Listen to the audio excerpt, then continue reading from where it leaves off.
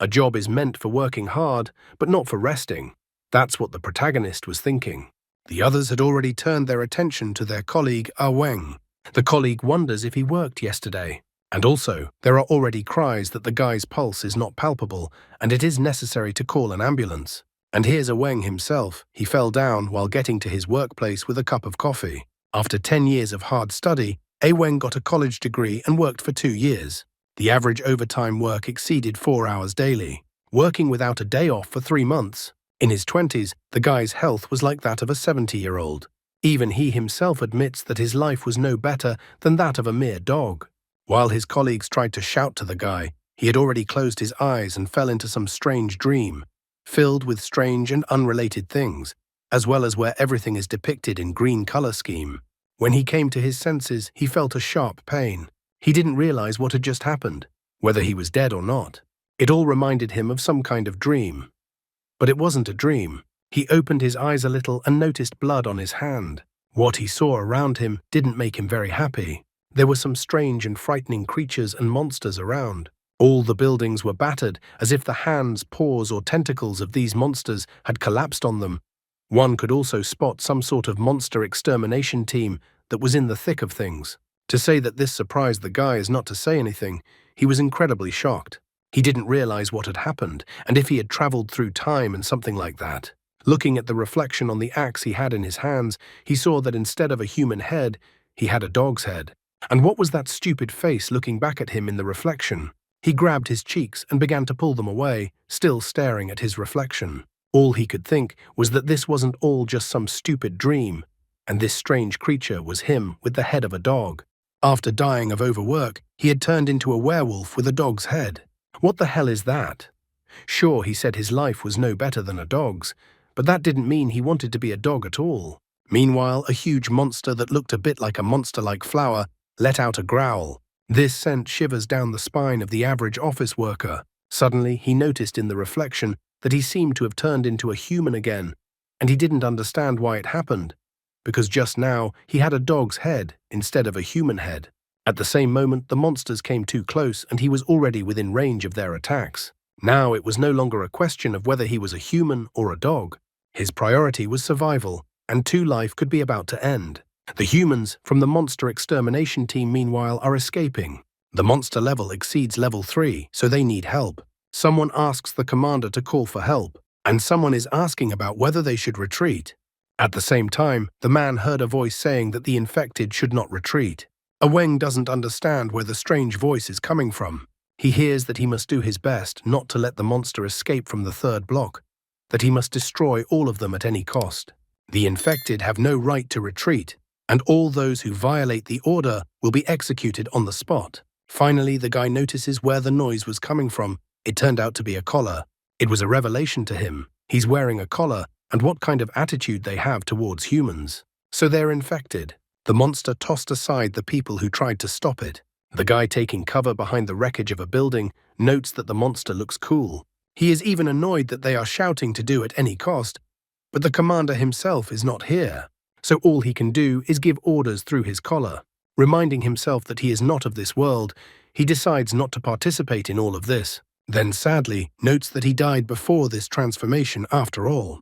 He then makes an attempt to lie on the ground and just pretend to be dead. Perhaps this is what will allow him to leave unnoticed as soon as the opportunity arises. In the meantime, the collar still gives out loud commands for the infected to kill the monsters at any cost. Noticing that no one is paying attention to him, he decides that now would be a good time to escape. However, he got tired of crawling pretty quickly, and he hadn't eaten since last night. He wanted to drink tea and milk. As the commands continued to sound and the infected continued to die, the guy was just thinking about whether there was tea and milk in this world, whether there was crawfish in this world, whether there was fried chicken, and so on. The commands kept going on and on. The boy thought of chocolate, and then immediately remembered that chocolate was not to be eaten by dogs, for they would die. He wondered what would happen to him after eating chocolate, considering he had a dog's head. Slowly but surely he crawled to one of the buildings, then threw on his cap and decided to look around inside. An exit was already looming on the horizon. He was so excited at what he saw. However, the monster struck with its tentacles right in front of him, and the guy was protected by the girl, covering him with herself. The poor girl was thrown quite far away from this blow. The monster roared and prepared to attack the girl again. The guy pulled his cap over his eyes and decided that it was none of his business. The monster was already hovering over the girl and had his tentacles. Closing her eyes, the pink-haired girl is indignant that the monster is ugly and hurts her, and in general, how he caught her. However, when she opens her eyes, she notices that she was attacked, not by a monster with tentacles, but that someone did not save her and is carrying her in his arms. The guy's head, meanwhile, has started to turn into a dog's head again. He is directly enveloped in energy. He even tries to justify that he saved the girl and intervened just this once, and that's it. Wang doesn't even realize himself why he even intervened in the first place. The girl is surprised by the fact that he came after her and saved her. She even repeats it twice. She then also starts stroking the dog's head, stating that he is the same dog.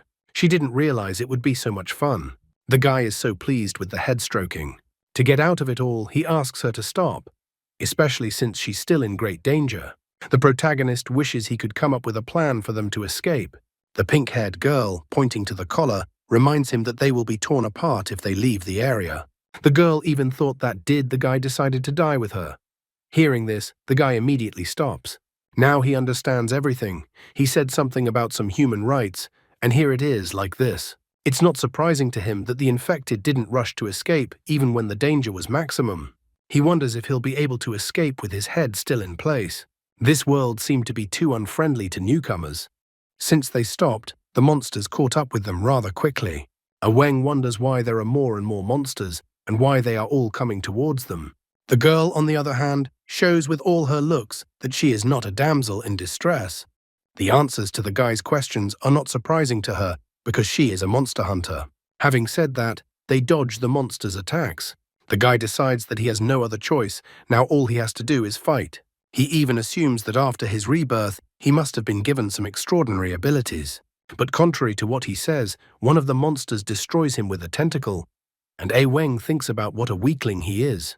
A pink-haired girl stands up for him, and with a single kick of her foot, she blows apart one of the monster's tentacles and orders him not to touch the dog. The girl asks if the dog is okay, and also tells him that even if the monsters are torn to pieces, they can still regenerate. The guy is surprised that they can regenerate so quickly and easily. The girl, on the other hand, informs him that she will just kill all the monsters, but the dog doesn't understand how the girl will do that if the monsters regenerate. He wonders if the girl has some sort of plan.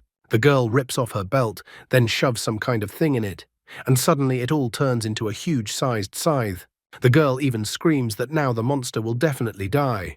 Taking this huge scythe with ease, she jumps on this monster with tentacles, calling it a freak. The guy looking at all this was a little surprised. It turns out the girl did not need his rescue at all, and he was making a hero of himself. Meanwhile, the pink-haired girl is chopping up the monster. She needs to find the core to tear the monster to pieces. Dog thinks about what you've heard, so these monsters have a heart of sorts, and it's a core. If you destroy the core, you can kill it. Suddenly, he starts to smell and feels like he has an ability. His sense of smell is greatly enhanced. Every object around him has a unique odor. These monsters smell of blood and rot. There's also the smell of burning, and it's everywhere here. There's also a pleasant odor. It's that girl with the scythe. At this point, he takes a whiff and seems to find what he was looking for. He yells to the girl to listen to him, and that the core is right there. The girl doesn't seem to hear him. Apparently she's too engrossed, as if she's lost her mind. He takes something like a spear and stabs the monster, hoping his plan will work. The pink-haired girl stops and notices that something in the monster's behavior has changed. The dog's surprise is less. It turns out that his theory worked. However, the monster suddenly braids the guy along his arms and legs with its tentacles. This was definitely not something the guy had counted on. He started panting tremendously, once again feeling that his life was about to be cut short for the second time. So that was the end of his day-long journey to another world. However, suddenly he is called an idiot. These words burst out of a huge flaming mouth. The guy is surprised by this turn of events. It turns out he is still not dead, but is inside his subconscious. In his subconscious is a huge throne room, in the center of which sits someone resembling his current one, a chained werewolf. All around the subconscious in this hall are chains, as if a deterrent to this madness. Looking at this monster, Wang assumes that this beast is the original consciousness of this body he is currently in. There were some statues of people he didn't know everywhere. He wondered what these statues were. But then this big guy in chains spoke up and called someone a mean breed. Wang said hello to him. However, all of this really scared him and left him puzzled, as he didn't realize whether the prisoner in chains was talking to him or not. Besides, the prisoner did not look weak. The captive, on the other hand, was only throwing out scraps of words about how unforgivable it was and that he should kill them all. His gaze became incredibly wild, and he uttered that everyone should die. Wang was greatly frightened by such a thing, and then his body felt as if it was pierced with energy, and that energy filled his body. Suddenly, Wang's consciousness came to his senses, and he lightning quickly broke the monster's tentacle bindings that were restraining him. Even the pink-haired girl paid attention, though she was busy with her fight. The guy, who had become more like a large dog or wolf, easily grabbed the core or heart of the monster that had almost killed him a while ago. Then he squeezed the heart with his huge paw, and the remnants scattered in different directions. The monster let out a deafening roar, and then died. And do you think that the guy will become the same by the results of his journey as that monster which sits chained in his subconscious? And by the way, remember that work is not everything in your life, so take care of your health. The entire body of the monster that looked like a flower shrank. The pink-haired girl kept looking at the monster, trying to understand what had happened. The team responsible for destroying the monster was also a little puzzled. They were happy that the flower monster was dead, but they didn't really understand how it happened. Meanwhile, the dog's head began to fade away. A moment later, Wang regained his human head. Suddenly, some powerful energy materialized in his hand. This mysterious energy flew off the guy's hand and plunged into his chest. At the same moment, it was as if he was inside himself, and the monster flower reappeared right in front of him. Wang realized that he was most likely in his subconscious. The only thing he didn't understand was why the monster had reappeared in front of him. However, the guy must have forgotten that he was not alone in his subconscious mind, and his inner monster was not slumbering either. The monster flower shook as the giant dog appeared in front of him, ready to tear him apart. And so it does. The giant dog mauled the flower monster in one sitting and ate it, leaving the flower monster no chance. Wang was scared as hell. An ordinary working guy would definitely never dream of seeing such a thing. After eating, the giant beast only picked its claws in its teeth. The monster complained that it was too little and wanted more food. At the same moment, Wang heard the pink-haired girl call out to him, and he suddenly came to his senses, coming out of his subconsciousness. The girl is happy that they won. She wonders if the dog got the monster core. This strange world is too dangerous for the guy, so he decides he's going to keep his head down until he's finally dealt with everything. Wang reports that he found nothing, and that perhaps one of the girl's attacks destroyed the core. He even praises the girl, stating that she was great. To Wang's surprise, the girl is incredibly proud after saying this, as she is a monster hunter and she will slay them all. The men who had been sent to their deaths also began to discuss the girl. One of them noticed how she fought. He thinks the girl is really crazy. Another man tells of a rumor that has been going around about the girl. That one day, the pink-haired girl will go crazy and start destroying the world. No one still didn't understand what they should do next, as the monster had finally been defeated. Suddenly, people in full uniforms appeared, their faces also covered. Wang wonders to the girl who these people are. One of the arrivals turns to the captain. He confirms the death of the ghost-level monster YC-9523 in the third block. In response, the captain orders him to organize troops to clear the battlefield, remove the monster's organs, and avoid the spread of infection. A subordinate then tells all those in charge to get to work immediately. Wang and the rest of the infected are put into a car to take them to the base. After a while, they had already reached the base, which was near the sea. It was Xiangyu, a heavily guarded area, which was not surprising considering the type of infected being held there. Wang looked around, trying to get a good look at the place they had gotten into. There were guards, nurses, and the rest of the infected around. This was the very place where the infected are kept. Satisfied with herself, the pink-haired girl walked up to Wang and put her hand on his shoulder. The other infected were surprised. They wondered if Leia had been switched, and if this was the unapproachable demon Leia they knew. The men were surprised because normally the girl doesn't get close to anyone. This made them develop an interest in Wang. Leia immediately cooled their ardor and yelled at them that she heard everything and how they talked about her. She even threatened to kill them. The men were scared out of their wits at such a statement. The guard also reacted and yelled at Leia to calm down. He ordered all personnel to immediately line up for inspection. This reprimand really displeased Leia, as she was powerless here. She walked up to the guy who was telling gossip about her and kicked him angrily. At the same time, she smiled happily at Wang and told him that she would find him later. Wang was surprised by this behavior of his new acquaintance and did not yet know whether this boded trouble or good for him. Wang comes to the inference that if there is a check in this place, then they may not be the only ones who are sick. And it turns out that this place is not only a hospital, but also a prison. Wang was bothered by only one thought. He hoped that all the infected could turn into dogs, and he wasn't the only one. The guard ordered everyone to gather immediately, as each person had to be examined by a doctor. He also ordered everyone to shut up. One of the infected took umbrage at YC9523, getting the wrong grade in the last battle. Another man is surprised by this fact. A third man asks them to shut up as they might be overheard. One of the men points to Wang and informs the others that a real disaster was avoided thanks to Wang. The other man was surprised. He didn't believe that Wang was able to deal with the monster with one punch. He would rather believe that Leia had dealt with the monster. The infected who were in this sortie don't really care about the point. The main thing is that for passing this level, they are rewarded, and quite a good one.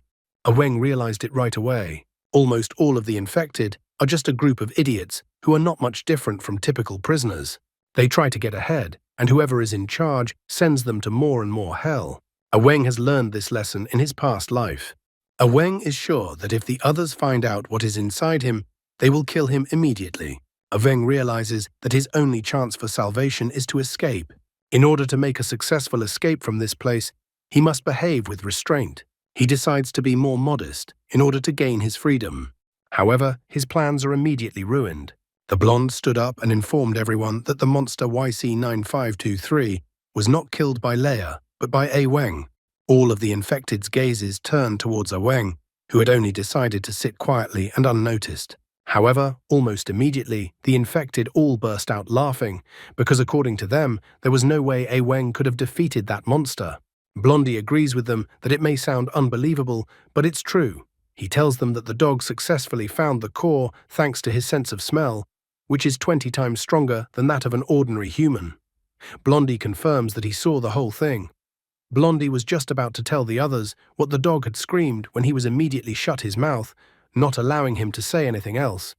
Wang grabbed the blonde by the scruff of his neck and dragged him around the corner. Wang good-naturedly motioned for the others to continue their conversation. Wang yelled at the blonde man. Wang didn't understand who the blonde man was at all and why the blonde man started to advertise him like that in front of others. Wang also wondered how the blonde knew that Wang was the one who killed the monster. The blonde man, with a confused look, informs him that his name is Xu Jie and he is actually Wang's roommate. Wang is a little confused because he doesn't remember this. He just got into this body. Xu Jie knows that Wang can't defeat such a monster, but he thinks that the other infected are fools and will believe such nonsense. Wang is glad that the blonde man realizes that Wang couldn't defeat that monster. Xu Jie told this story so that something like this would be a motivation for the other infected to try harder on missions. Wang apologizes with a goofy look and says that he just forgot all about it. Wang puts it down to the fact that he bumped his head during the fight. Meanwhile, a nurse comes over and starts calling out the number 7763 and asking where he is. The nurse called Wang, the number 7763, and the name Jiang Wang. It seems in this world he has the name Jiang Wang, since the guy immediately responds to this name. He informs Xu Jie that he is going for a checkup and that they will talk later. Xu Jie is not that simple. He is definitely not a fool, so he immediately notices that Jiang Wang has changed somehow. He even makes a crazy suggestion that maybe Jiang Wen isn't who he says he is and has been switched with someone else today. The infected's health check was unbearably hard. Jiang Wang even felt like he was being called a monster, an infected, a monster, and that he was wished to die. However, an incredibly beautiful nurse soon appeared, who lovingly wanted to examine Jiang Wang and asked him not to be afraid. The guy who couldn't move anymore was unable to resist such a nurse. His nose was even bleeding. The nurse took out a huge syringe and was about to inject Jiang Weng, the guy, as much as he could from this procedure, although his red face proved that he did not mind to do it, and rather even in favor of this initiative.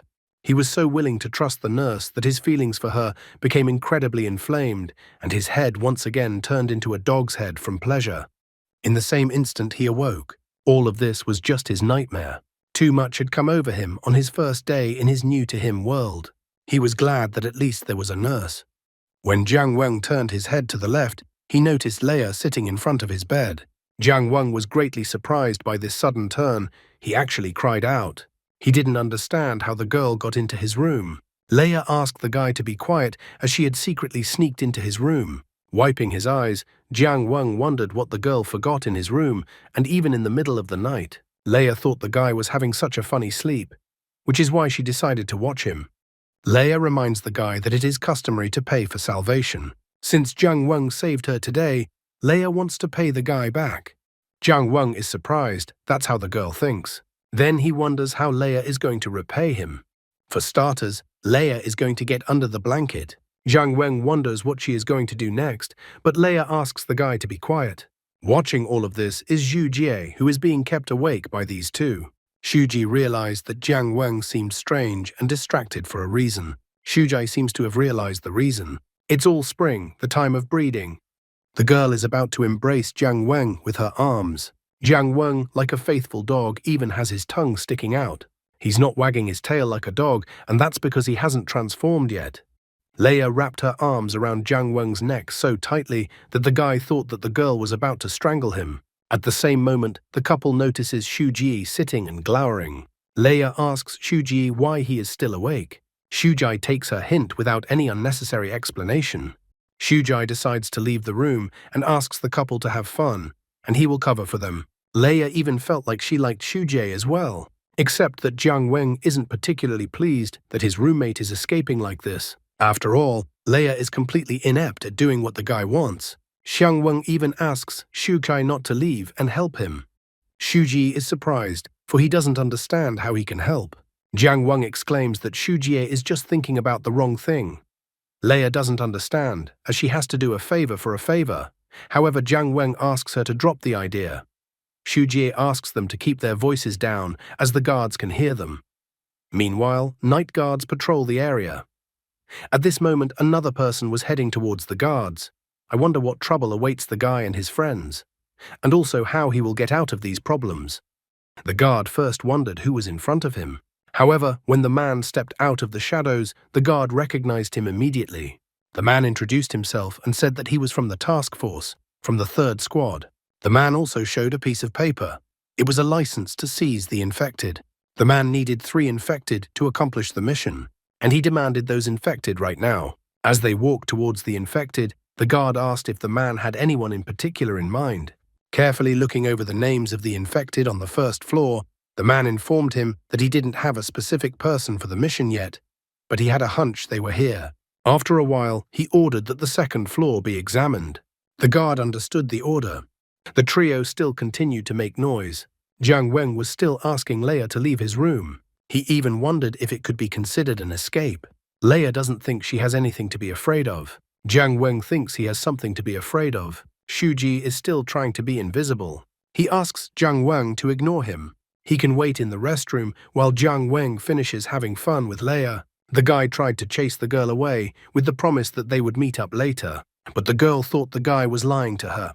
The guys finally opened the doors for Leia to leave their room, and just at that moment, the commander and the guard walked past their room. Everyone present didn't expect this turn of events and looked at each other suspiciously. After that, the guys realized that now they would be reprimanded by the guard, sharply closed their door, wishing the 2 men a good night, as if no one had noticed them. The guard, as expected, became furious at this turn of events. He immediately began reprimanding Leia for sneaking out of her cell again. The guard told them to open the cell doors. When the guard opened the door, he wondered who had allowed the infected to hold meetings. The guard even wanted to send everyone present to the lockup. Jiang Weng tried to change his mind. Shujai also said that everything has a price. That's why he suggested to discuss everything personally with the guard. Leia, on the other hand, is not going to hide anything. She calls the guard a jerk because she just got lost on the way to the shower room. Jiang Weng is sure that the guard has a small salary, which angered the guard. While Jiang Weng was begging the guard to be merciful, the man from the task force started looking at the guy carefully. The man immediately informed Jiang Weng that here he was, meeting him. Jiang Weng does not understand anything. However, the guard is angry at Jiang Weng for just standing up. As it turns out, the commander chose Jiang Weng for the mission. The guy doesn't understand what mission we are talking about. Jiang Weng starts faking it, stating how much pain he is in. He reports that the wound he got during yesterday's battle hurt a lot. Even the nurse said that he should rest for at least 10 more days. Everyone present was perplexed by his words. Jiang Weng apologizes and informs them that he cannot take part in the mission. He even reminds the guard that the guard was going to send him to lockup. Shujai tries to shut the guy's mouth and informs him that he was just joking like that. He even asks for just a minute to talk to Jiang Weng. Shujai wonders to the guy what he is doing. After all, he was going to try his best to prove himself. That is why Shujie doesn't understand why Jiang Weng would miss such an opportunity. He also notes that Jiang Weng is not a good actor. Jiang Weng says that Shujie can do what he wants, but he won't fight anymore. Shujie, on the other hand, informs him that the likelihood of there being someone like YC9523 this time is extremely low. Therefore, he believes that the guy has nothing to worry about. If that's not enough words either, then Shujie puts his hand on Jiang Weng's shoulder and tells him that if he cares so much, he will also go along with him this time so that Jiang Weng will feel safe. Shujai thinks that this time they will definitely succeed in gaining recognition and proving their importance. The guard is against this, however, because the commander hasn't said a word about Shujie. Leia is not going to be left out, so she raises both hands and declares that she will also go with the others. The guard tells the girl not to interfere and demands that the girl return to her cell. Shujie, on the other hand, informs Jiang Weng that he will be by his side. The guard here, too, tells them not to decide things on their own. Leia also declares that she doesn't care, and if the dog and the yellow head go, she'll go too. Leia does not understand why she is not allowed to go. The guard, on the other hand, is too noisy with all these infected. The commander can't stand all this talking noise, so he tells everyone to shut their mouths. He says he'll be the only one talking now. He will decide who he will take and who he will not. The commander tells all three to expect him at 6 in the morning and no tardiness, and then leaves. Leia is happy as she goes on the mission along with the dog. She even announces the formation of an invincible team. Shuji is happy as well. Jiang Weng alone is depressed as his life is ruined. The commander is not simple either. He was also happy that Jiang Weng would go with him, even though it turned out to be a bit more complicated than he had planned. In the morning, all three of them met with the commander. The commander informed them that his name was Ling Bo, and that he was in charge of this mission. He also informed them to call him Captain Ling, and since this is the first time they are all working together, Captain Ling reminds them that he is counting on them. Leia is happy. Shujie is also happy, only Jiang Weng alone is still not happy. Ling Bo did not delay since they have already reached the research institute. He points the others to the research institute and informs them that this institute was established 15 years ago to observe monsters. Later, they entered the institute's laboratory. Captain Ling informed that this laboratory is off-limits to ordinary personnel. A few days ago, there was a theft in this lab. A batch of monster organs that were to be used in next week's experiments were stolen. Jiang Weng is upset by the information he heard. After all, since they're monsters, even they're expendable. Shujai reminds his friend not to underestimate the monster organs. He even thinks that his friend still hasn't recovered from his amnesia. Shuji informs him that after battles, they always send the monster organs to this lab for research. He reminds them that although the risk of infection from contact with them is quite high, the monsters are of great research value. The treatments that help the infected avoid worsening their condition happen to be based precisely on monster organ research. Also, another important point is that most of the modifications to the guards' weapons and the infected's weapons as well are also related to the research at this institute. These words make Jiang Weng take a look at the weapons that Leia always carries. Captain Ling, who heard all this, confirms Shuji's words. That's why Captain Ling reminds him that the monster's organs need to be returned. He showed Jiang Weng a crate that contained a particular batch of monster organs and asked the guy to try to find something using his sense of smell. However, upon approaching the crate, Jiang Weng notices that the formalin practically overpowers all other odors, making it impossible to identify them.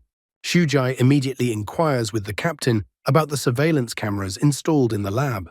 But as it turns out, the surveillance system had been turned off days ago. There were no witnesses, no shoe marks, no fingerprints, and no hair. The thief who broke into the lab left no evidence behind. The captain reports that the work was professional and that they have only a week to solve this theft case. Xu Jai reminds him that there's a slight possibility that there's no genius thief who broke into the lab, and that it could just be some intern's carelessness. Leia agrees with him. However, the captain reported that there was no record of it. Jiang Weng, on the other hand, doesn't want to deal with this theft case at all. He doesn't want to work at all, and is only thinking about how he can make it through just 1 week. While he was unconsciously touching the collar, he suddenly remembered about it. He remembered that he wouldn't be able to do anything with this collar on anyway. However, collar control doesn't work on a mission. In this theft mission, he saw his chance. This was his chance to escape from this place. He immediately turned to the others and reported that he had figured out everything in this theft task. Jiang Weng put on his glasses and asked the others to ponder the theft case a little differently. When the others didn't understand what he was talking about, he decided to explain. He reminded them that no matter what method the thief used, the thief had clearly prepared for it. Therefore, the all-glowing Jiang Weng asks to look for where the thief might have taken it all to. If they can find the place, it will definitely help them. Leia was all glowing. After hearing the information from the guy, she even praised him. Xu Jai was also happy that finally a friend had suggested something sensible. The captain said that he had also thought of starting the investigation with a motive, but it's quite a time-consuming task. Jiang Weng asks the captain not to worry about anything, because with the help of their abilities, their team will succeed. Leia is already all excited to enter the battle. Xu Jie is also ready to do his best. Looking at the trio standing in front of him, the captain sighed and decided that this was really the only way out in the current situation. Thinking about where the first place the organs could have been sold to, there's only one place that comes to the captain's mind. And that place is called the black market. Jiang Weng is happy to hear the news because everything worked out and he has a chance to escape. Meanwhile, some guy who had been working since he was a little kid reported that he was from Luguan restaurant and had come to pick up a fresh batch of goods. He required everything to be delivered to the restaurant before 3 o'clock in the afternoon. He needed 100 kilograms of mussels, 100 kilograms of shrimp, 150 kilograms of clams, and 25 kilograms of fish. Suddenly, the guy was thrown the fish and told that it was for his boss. The guy immediately understood everything. At the same moment, the lad collided with the captain, whereupon he fell painfully on the wooden pier. The captain asked the guy to be more careful. Suddenly, everyone noticed what fell from the guy's hands. This fish was obviously not of the best quality. The guy was immediately frightened, grabbed the fish with a quick movement, and rushed to run away. Xu Jai even tried to stop the guy. However, the captain asked him not to worry, as it was just a slightly infected fish. The captain brought all 3 of them to Shubang Wharf. It was quite a popular place. This place was called the Black Market. As long as it was profitable, it was difficult to abolish the illegal trade. And because of the location, it's even harder to control the place. So officials turn a blind eye to everything, tacitly accepting the existence of the place as long as it doesn't cause much trouble. After listening to all this, Jiang Weng once again turns his attention to the fleeing guy with the fish. The captain reminds him that they don't have much time, so they need to find the thief who stole the monster's organs. The captain concluded that if the thief wanted to sell the stolen goods, he would definitely do it in this place. Any stall, restaurant, or fishing boat could be a haven for thieves, so the captain tells the trio to look around themselves. Shuji is surprised that they won't do the job altogether. Eventually, the captain informs them that he has better things to do. He tells them that if they find anything suspicious, they should report it to him. He even wishes the others good luck. And after that, the captain leaves them.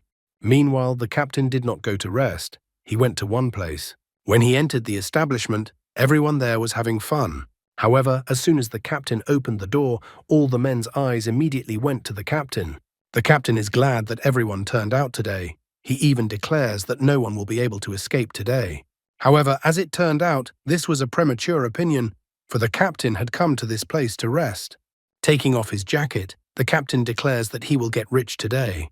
Another man even called him a jerk.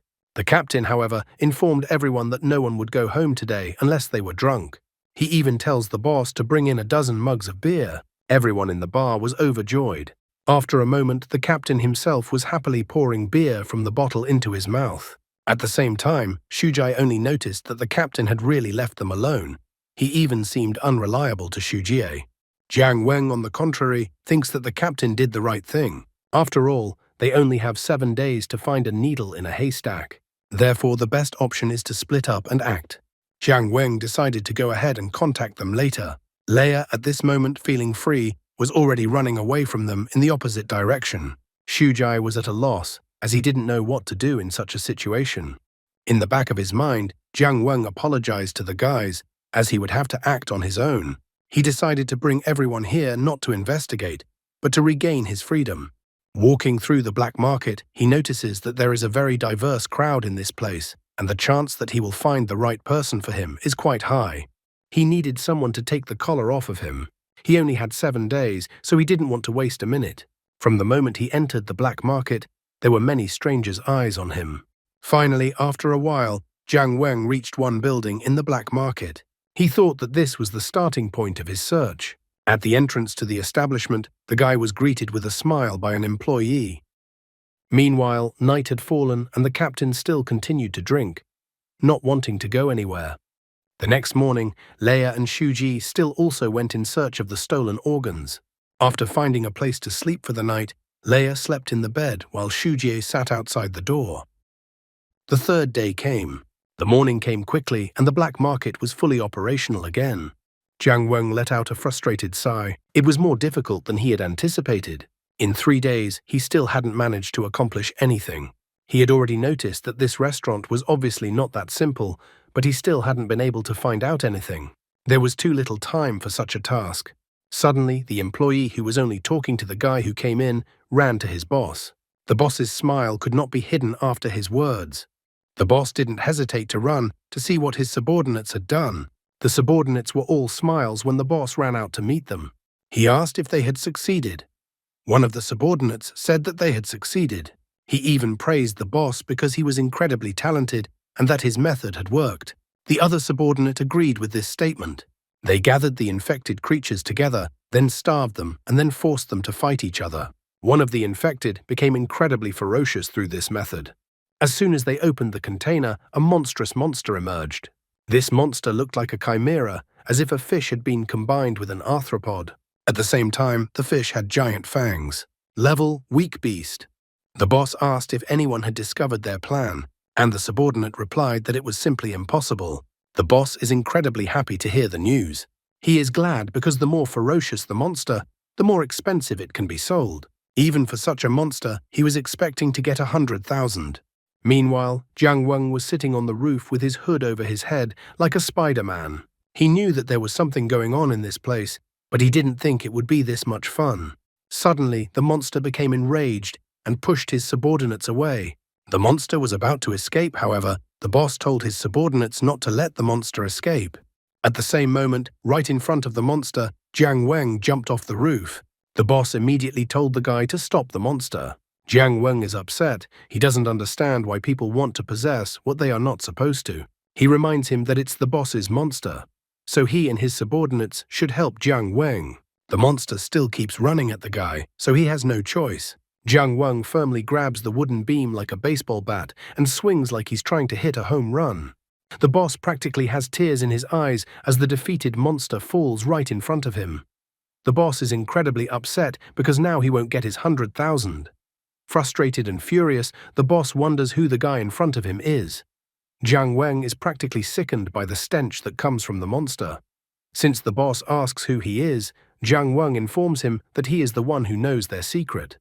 The boss and his subordinates immediately stared at the collar around Jiang Weng's neck that he had specifically shown them.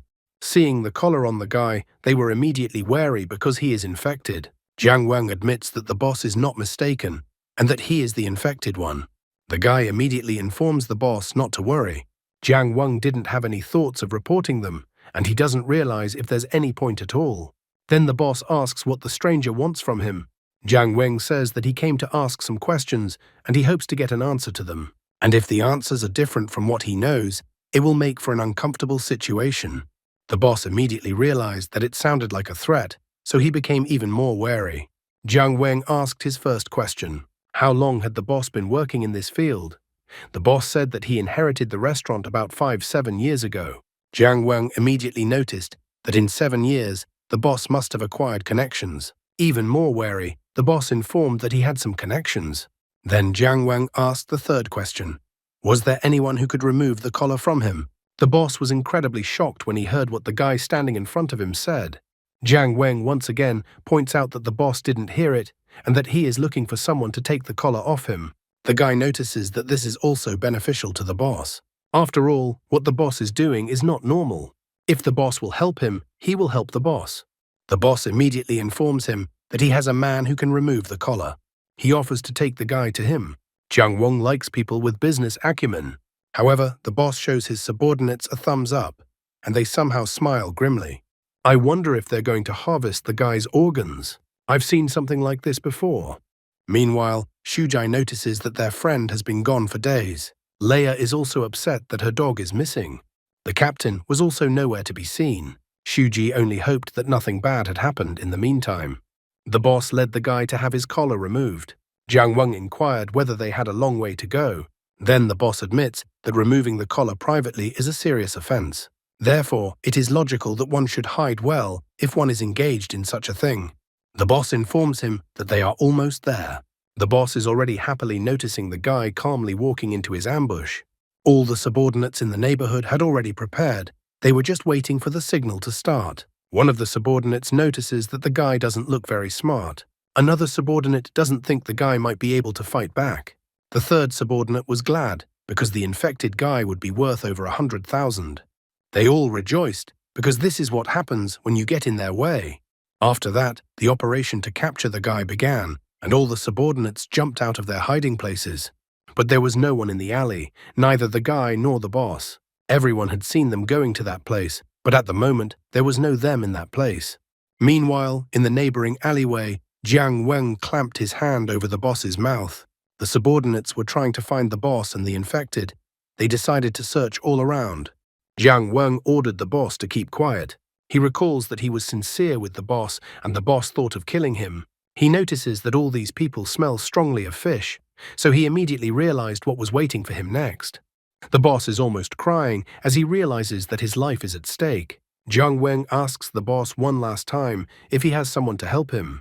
Since the boss refuses to talk, the guy reminds him that he has many ways to torment the boss. He grabs the boss's finger and notes that the boss seems to take poor care of his hands.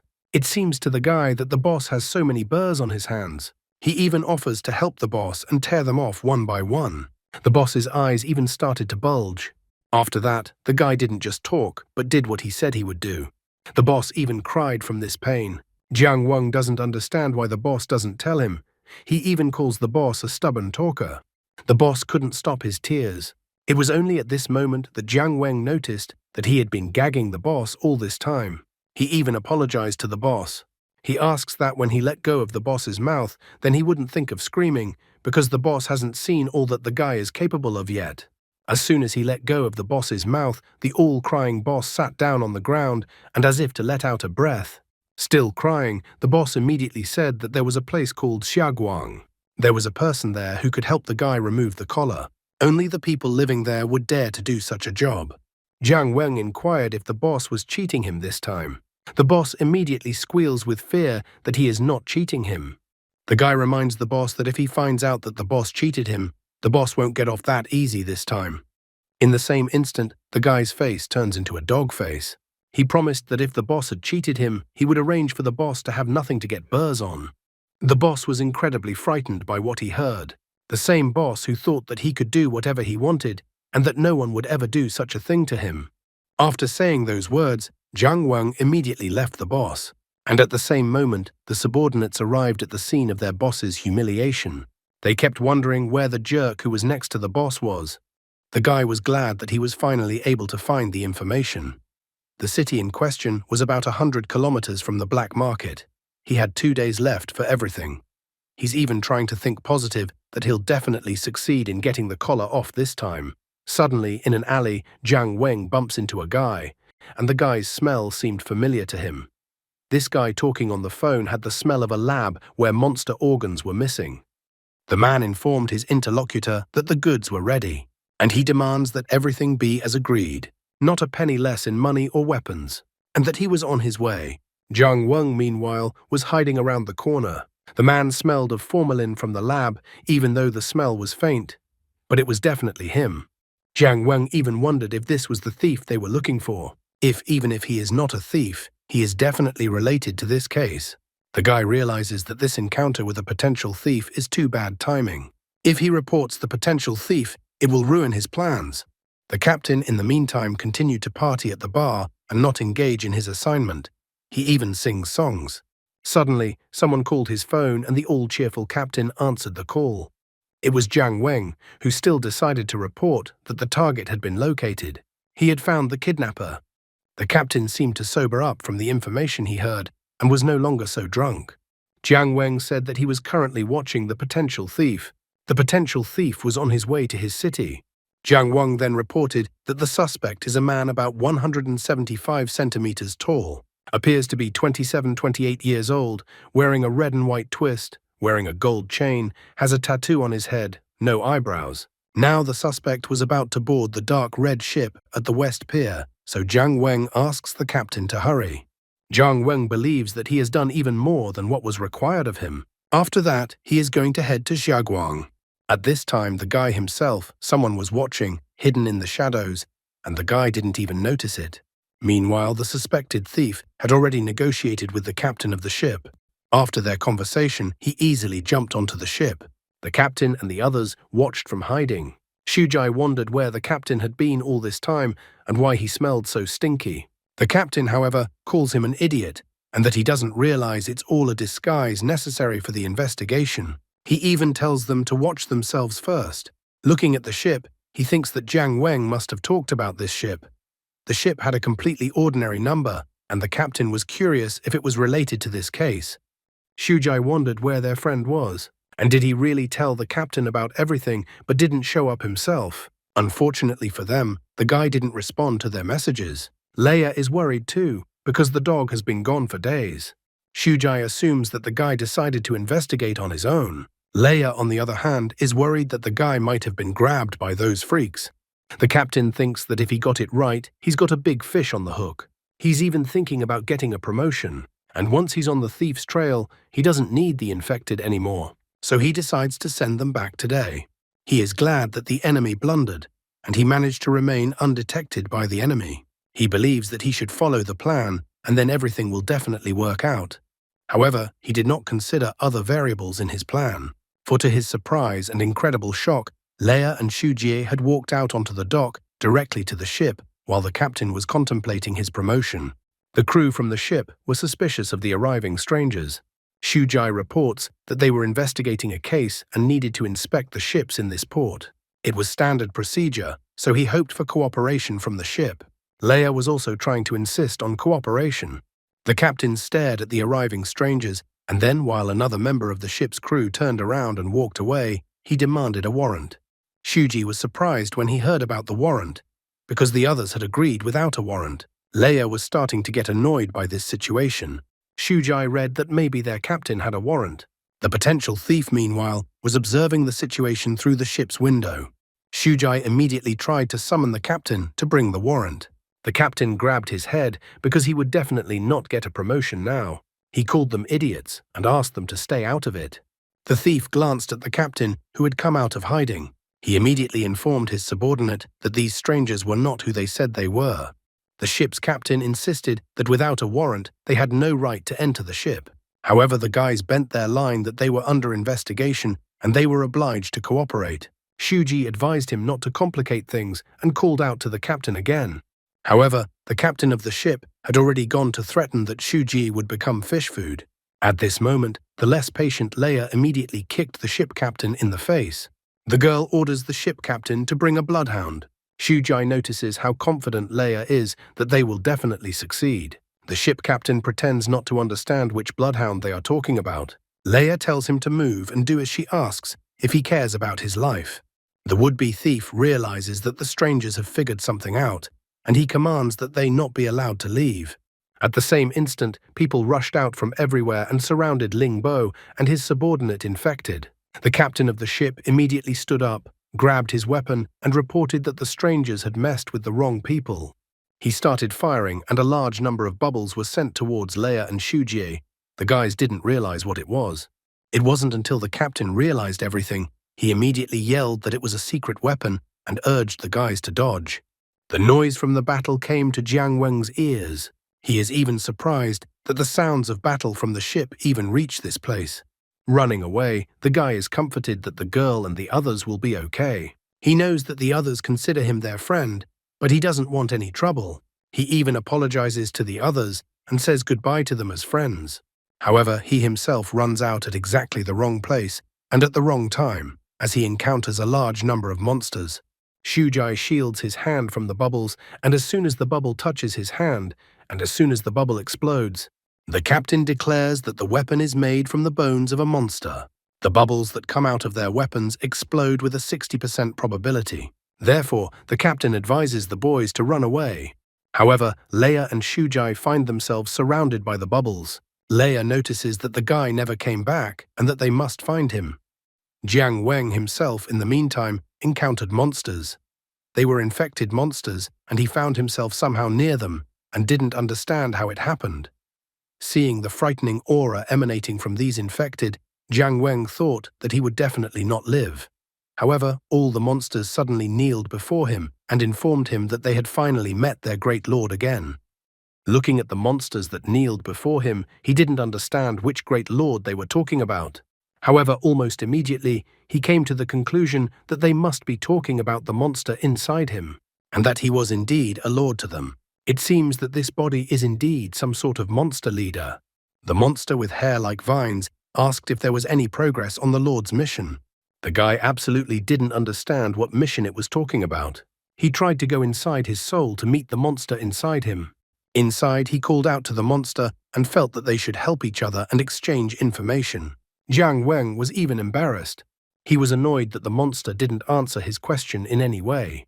He felt that next time he should make an agreement with the monster in advance. Looking at the monsters, Jiang Wen couldn't help but think about what would happen if he said that he was no longer their leader. He felt that he shouldn't do such a stupid thing, for he would be torn apart by the monsters right on the spot. The green monster girl was full of anger. In the end, Jiang Wen decided that he shouldn't show his weakness and pull himself together. He clucked his tongue. Immediately, the boar-like monster became very frightened. He noticed that the Lord was angry. The boar asked the captain to watch his tone, and so the third captain appeared. The boar reminds them that their Lord is on S level. They have been in hiding for 6 months now, and people have become much more vigilant and are taking precautions. Their master, on the other hand, has agreed to do the kind of dirty work they can't help him with. So all they have to do is trust. Jiang Wen was glad that the boar had spoken. This boar even seemed somehow familiar to him. After that, the boar said that he believed that the master would find the 0 infected. Jiang Wen was shocked when he heard that the idea was to find the 0 infected. The captain asks the boar to shut up, for she herself knows that the task of the master is not that easy. However, from the captain's observations, she believes that the master has other plans. Jiang Wen's plans were to remove the collar and escape. The guy already thought that this shrewd person had exposed him. The boar came to his rescue, saying that it was simply impossible and that surely the master had just changed his plan of action, as he couldn't abandon it. The captain told the boar to shut up. Angrily staring at the monster captain, Jiang Wen declared that the captain dared to teach him what to do and how to do it. The monster captain experienced awe and fear from that look and words. She immediately apologized to the master and declared that she had crossed the boundary. Meanwhile, in his thoughts, Jiang Wen was angry with himself. All this time, the monsters had been following him while he was in the black market, and he didn't even realize it.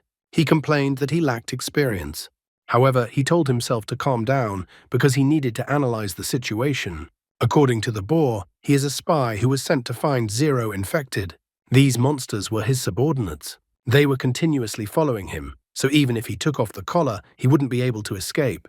These monsters would definitely not let him escape, and he wouldn't be able to defeat all these monsters because that monster inside him was still too weak.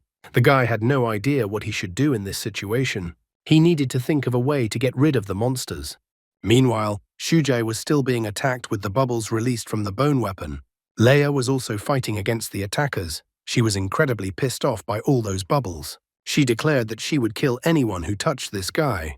At the same instant, the suspected thief appeared behind her back. He immediately recognized the girl and advised her to do nothing. If she did anything at all, her friends would find out all the information about her. When Leia was attacked by multiple bubbles and stopped doing anything, the captain yelled at her. The captain realized that he shouldn't care and that he needed to escape from this place as quickly as possible. However, the captain was unable to escape as he was surrounded on all sides by the ship's crew members. He looked at his subordinates, and the situation around the situation was very bad. Leia had stopped doing anything, and Shujai was already exhausted and could no longer fight fully. At this moment, Jiang Wang decided that he needed to distract all these monsters. He asks them if they heard the noise. The captain of the monsters declares that they have heard and that the sound is coming from a ship. The boar immediately understands everything. The Lord wanted to say that this boat is not that simple, and that the fishermen are not simple. That's why the master has been watching them all this time. So the Lord thinks they have something to do with the case. And maybe they can find out about the 0 infected. The Lord just pretended to want to escape, but it was all a disguise so he could get close to them himself later. The boar notices that he expected nothing else from their great Lord. The arms of the monsters surged upwards as they praised their great Lord. Jiang Wang is glad that the boar has said all this. He notices that the boar is quite savvy, so he orders all the monsters to destroy the ship and the fishermen. The monster captain understood and accepted her great lord's order. Shuji, meanwhile, was receiving a slap in the face from the ship captain. Leia raised her hands and declared that they were surrendering, and only Ling Bo still didn't understand how he got into this situation. The would-be thief, meanwhile, was about to end all this squabbling. He took out a weapon, the exploding bone, enhanced version. This weapon was quite popular in the neighborhood. The official number is YC0467. The weapon uses part of the spine to make the weapon. It has an 80% chance of detonating, and the explosive power is equivalent to a Class A bomb. The potential thief decided to start with Shujai and had already taken aim at the guy. However, suddenly, the water behind him began to bubble suspiciously. In an instant, the ship was entangled with the plant-like vines, and the ship went down. The potential thief and the rest of the crew stood and just watched the ship go down. Captain Ling, Leia, and Shujie didn't realize what was happening around them either. Finally, the ship easily went underwater with a sudden movement, flooding the entire dock with water. The ship's crew panicked from side to side and then started to run away because now they noticed that it was a monster. It was the captain of the monsters. Number YC186. Codename Flower Spirit. Skill Plant Control. Level Ghostly. The ship's crew abandoned running away from this place. However, the monsters were already waiting for them on the land on the other side. The boar, as soon as it saw all those fishermen running straight towards them, told the monsters to kill them. The monsters started grabbing one fisherman after another. The fisherman only screamed pitifully and asked to report the monsters' invasion to the city. Some of the fishermen were mercilessly eaten by the monsters. Leia and Shujai were shocked by what they saw as they watched the monsters massacre the fishermen. Jiang Wang ran up to them and shouted that he didn't understand why they were still standing here. He told them to run away. Leia was happy to finally see the dog. Shujai was also happy that his friend managed to get out and that he was alive. As they ran away, Shujai wondered where the monsters came from. Jiang Wang had absolutely no idea what kind of monsters they were or where they came from. Therefore, he recommended everyone to run away, and Shujai asked where their captain was, and at the same moment, Captain Ling was hit with the butt of his gun by the captain of the ship. The ship captain finally found the captain. After all, the captain is a simple man, so he's bound to be killed by bubbles. However, Shujai suddenly stood up in defense of the captain and protected the drunkard from the bubbles. The captain of the ship only called him a jerk. He notices that the guy is already injured and still trying to be a hero. His blood even got on the ship captain. Shuji states that he should have just resolved the matter in a civilized manner. He doesn't understand why he had to go that far. He then declares with all the pathos that all those who opposed him will inevitably be punished. His blood is the judgment of the ship's captain. The man even laughed at the guy's words and whether the guy is talking to himself. After that, he decided that he should end it all. At the same moment, the captain of the ship was struck by lightning, although there was no attack from anywhere. The man didn't understand where this electricity came from, and Zhu Jie only reminded him that the more arrogant his opponent was, the more severe the punishment. Shuji ionized the blood. Degree of contamination, C-. When 7764's blood lands on another creature's body, special properties are activated, going into standby mode. When 7764 says snap, the blood strikes the target with a current charge. The intensity of the shock is related to the target's emotions at that moment. The stronger the emotion, the greater the intensity. Without a special command, the blood automatically sends a weak current discharge after 60 seconds. Shujai asks if Captain Ling is okay, and he happily informs her that he is fine. Of course he is, he almost died just now. I wonder how Jiang Weng will explain why the monsters came to the pier and didn't touch any of them, only the ship and the fishermen. And also how will he explain to the monsters what they were looking for on the ship, since the monsters dared to show themselves in front of the humans. The thief shouted to the others that they needed to catch the most important one, and then they would succeed. And at that moment, the green-haired monster captain appeared in front of them. The members of the ship thought that she was a ghost. They decided to all attack the flower spirit together, but their weapons the captain easily repelled without even swinging her arms. The thief finally noticed that the monsters in front of them were unusual and that they wouldn't last long. So while Jiang Weng and the rest were fleeing and the ship's crew was trying to hold back the monsters, the thief decided to escape by taking advantage of the commotion. Jiang Weng managed to turn around and noticed the thief running away. He immediately realized that the thief was the key to everything. If the guy can't escape now, he at least decides to try a different plan for the event. Jiang Weng informs his new friends that they need to split up and that they will meet at the hotel later. Leia and Shujai agree to this. Jiang Weng then joins Captain Ling and they pursue the thief together. Captain Ling informs that he has lived a long life, and so he immediately realized who they were after. So he asks Jiang Weng to follow him. The monster captain looked in the wake of the fleeing thief and Jiang Weng. By this time, the monster had already managed to kill all the members of the ship, which the boar reported to the monster captain. The boar informs the monster captain that the Lord has told them to retreat when they have dealt with the fishermen. The boar asks the monster captain to leave quickly before the fishermen's reinforcements arrive. The monster captain looked to follow her fleeing lord, who was chasing the thief. She had doubts about their lord. She frowned her face. She seemed to suspect something. A thief escaped from a dangerous place. Having escaped from pursuit, he immediately began to call his accomplice. The thief reported that a group of fake investigators, 3 people and a dog, had come to his base to search him. Also, he did not understand where the group of monsters that attacked them came from. He wonders to his interlocutor how he can find out if they are connected. The thief also informs him that he will be able to continue supplying. He commits to a steady supply of monster organs. It seemed to him that too much hype has been raised, which means that the relevant authorities will get involved. Therefore, he asked for help in hiding for a while. The thief said he was on the west coast and that he wasn't being followed because he wasn't new to the business. After that, the thief was going to wait for his interlocutor at that place. After a while, a man in a classic suit appeared on the coast with a briefcase in his right hand and also wearing glasses. The man had a scar over his left eye. Seeing his interlocutor, the thief immediately rejoiced because the boss had come in person. The thief asked if the money was in the briefcase, and if it was, the thief asked to give him the case. He also asked if the car was ready for him. However, the boss first asks if the 3 men saw the thief's face and if they are alive. The thief is furious, wondering if the boss is going to burn all the bridges. Because of his anger, he even holds a gun to the boss's head. The thief doesn't understand why the boss would do such a thing. The boss reports that the thief is in the supply business, and the boss pays for those supplies. The boss reminds him that the thief knows that all their deals are strictly confidential, and now the thief has started to get them in trouble. The boss coldly remarks that all these actions on the part of the thief are unprofessional. The boss also notes that it's also unprofessional on the thief's part to point the thing at him, especially since it won't work on him. The thief thinks the boss doesn't put him in anything, and it's as if the boss thinks the thief wouldn't dare do such a thing. After that, the thief immediately shoots the boss in the face.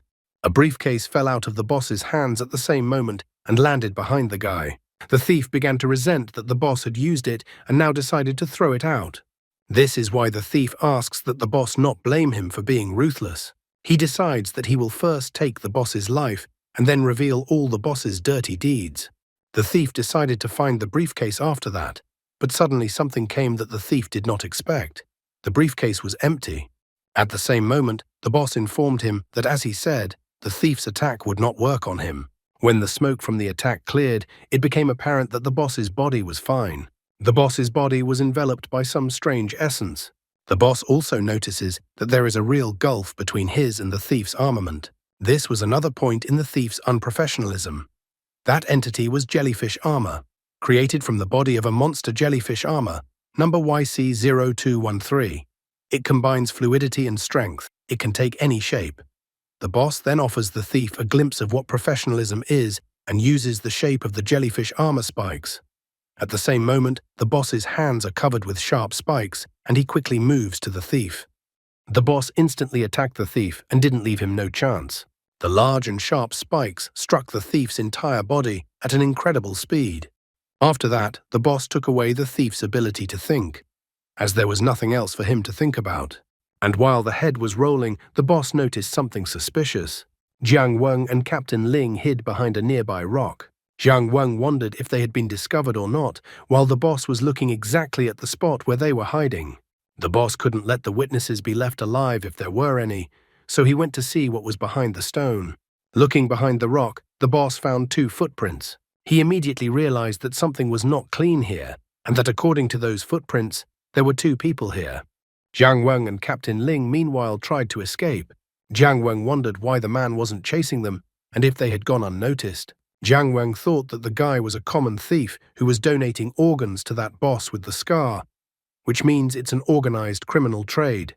The captain ran as fast as he could because he noticed that the man with glasses was very dangerous, but he wondered who the man with glasses was. The captain thought of the man with the scar and kept repeating it. He thought he had seen this man. Finally, the captain managed to remember that 6 months ago there had been a tour of the lab. A group of executives came that day. In that group was this man with the scar. This man is the secretary of Sanju's organizational department, Wang Ai, and now it turned out that this man was the one behind the theft of the monster's organs. The captain began to complain about how he was an idiot and that he should have guessed earlier. After all, how the thief had managed to avoid the cameras was only if the thief knew the exact schedule. He knew all the details of the lab's layout, so he didn't leave a single trace. Without help from inside, the thief couldn't have pulled off something like this. The captain noted that his intuition had not failed him and that investigating was the right thing to do. He was even glad that he had definitely caught a big fish this time. The captain doesn't understand his situation at all, and he's incorrigible. Meanwhile, the 5th squad arrived at the scene of the battle between the monsters and the fishermen. The monster incident happened at pier number 13, so all the troops closest to the site were sent there. Jiang Weng and Captain Ling also arrived there and tried to pass so that they wouldn't be noticed.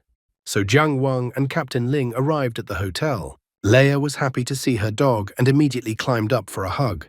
Leia and Shujai wondered where Jiang Weng and Captain Ling had gone. After a short story, the captain stated that the investigation is over, which means they can go back. The captain reports that they have all had a very hard time in the past few days. He must have forgotten that he had been drinking at the bar all those days. The captain states that after what happened, they can all be considered comrades for having survived death together. The captain suggests that they all have dinner, as they must be hungry. Leia immediately complains that she has no money for that. The captain sighs because they don't have to have money, since all food expenses are covered during the investigation. However, he states that excessive wastefulness should be avoided. I wonder how this drunk is going to provide his bosses with all the receipts for drinks and food from the bar. Shujai informs him that he knows a great place for such an occasion. After a while, they arrive at Shujai's designated location. Shujai immediately shouts to his mom that they have arrived. It turns out that Shujai has a mom. A woman came out of the house. She was surprised that Shujie had shown up. The mom was only expecting her son for the holiday in 9 days. She immediately wonders why the son came so early. Shuji introduced his friends to his mom, and also said that they were on a mission nearby, so Shuji decided to stop by mom's house. Judging from the surroundings, Shuji's mom lived quite poorly. The captain was surprised that this place belonged to Shujie's mom. The son, on the other hand, praises his mother's food. Jiang Weng, on the other hand, notes that the beer goes well with the appetizer. Leia is of the same opinion and asks for more. Leia likes cold drinks. Shujai asks her not to drink too much and to eat more.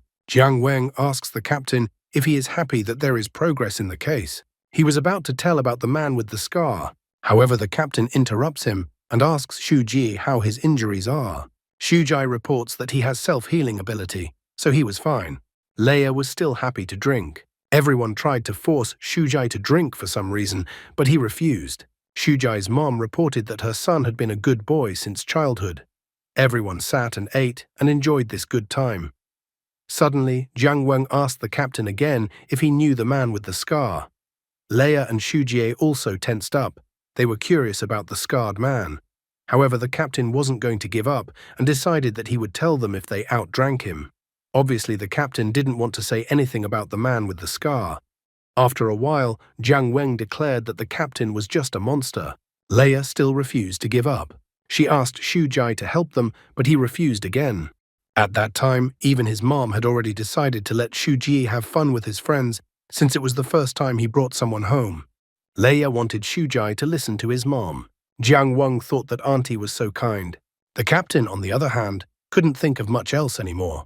However, Shujai said that he didn't want to do this. Besides, he didn't like the taste, and he also didn't want to lose control over himself. Therefore, he firmly and clearly stated that he would not do it. But he couldn't believe these words because a moment later, he was already having fun with his friends. After a while, Jiang Weng, Leia, and Shu Jie were already asleep sitting at the table. The joyful captain informed the boys and girl that they had lost. Shujai's mom only sighed, finding it all very funny. The captain informs them that they had to face the adult trickery as soon as possible. He even stated that he had to try really hard today to not lose. The captain enjoyed having fun with Jiang Weng, Leia, and Shu Jie. He even felt like they had always been together. A woman asks the captain if he ever had a family. The captain apologizes and states that he always says stupid things when he is in this state.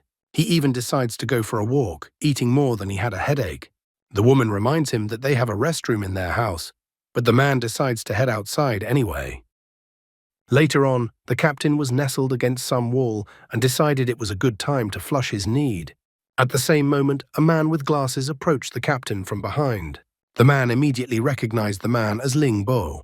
Ling Bo was a lab guard, and he violated the rules because he impersonated an investigator. The man says that Ling Bo's lateness due to drunkenness led to the theft of organs from the lab during his shift. The man found out everything about Ling Bo.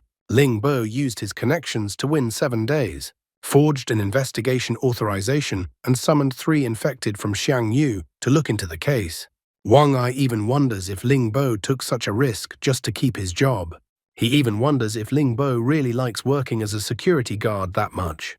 Ling Bo only notes that this seems to be Wang Ai's way of trying to shift some of his mistakes and worries onto him. Wang Ai thinks that any fool can be a security guard. However, since Ling Bo was able to find information about him, it means Ling Bo definitely has skills. Wang Ai points out that the man saw his face but did not hide. So the man had a plan.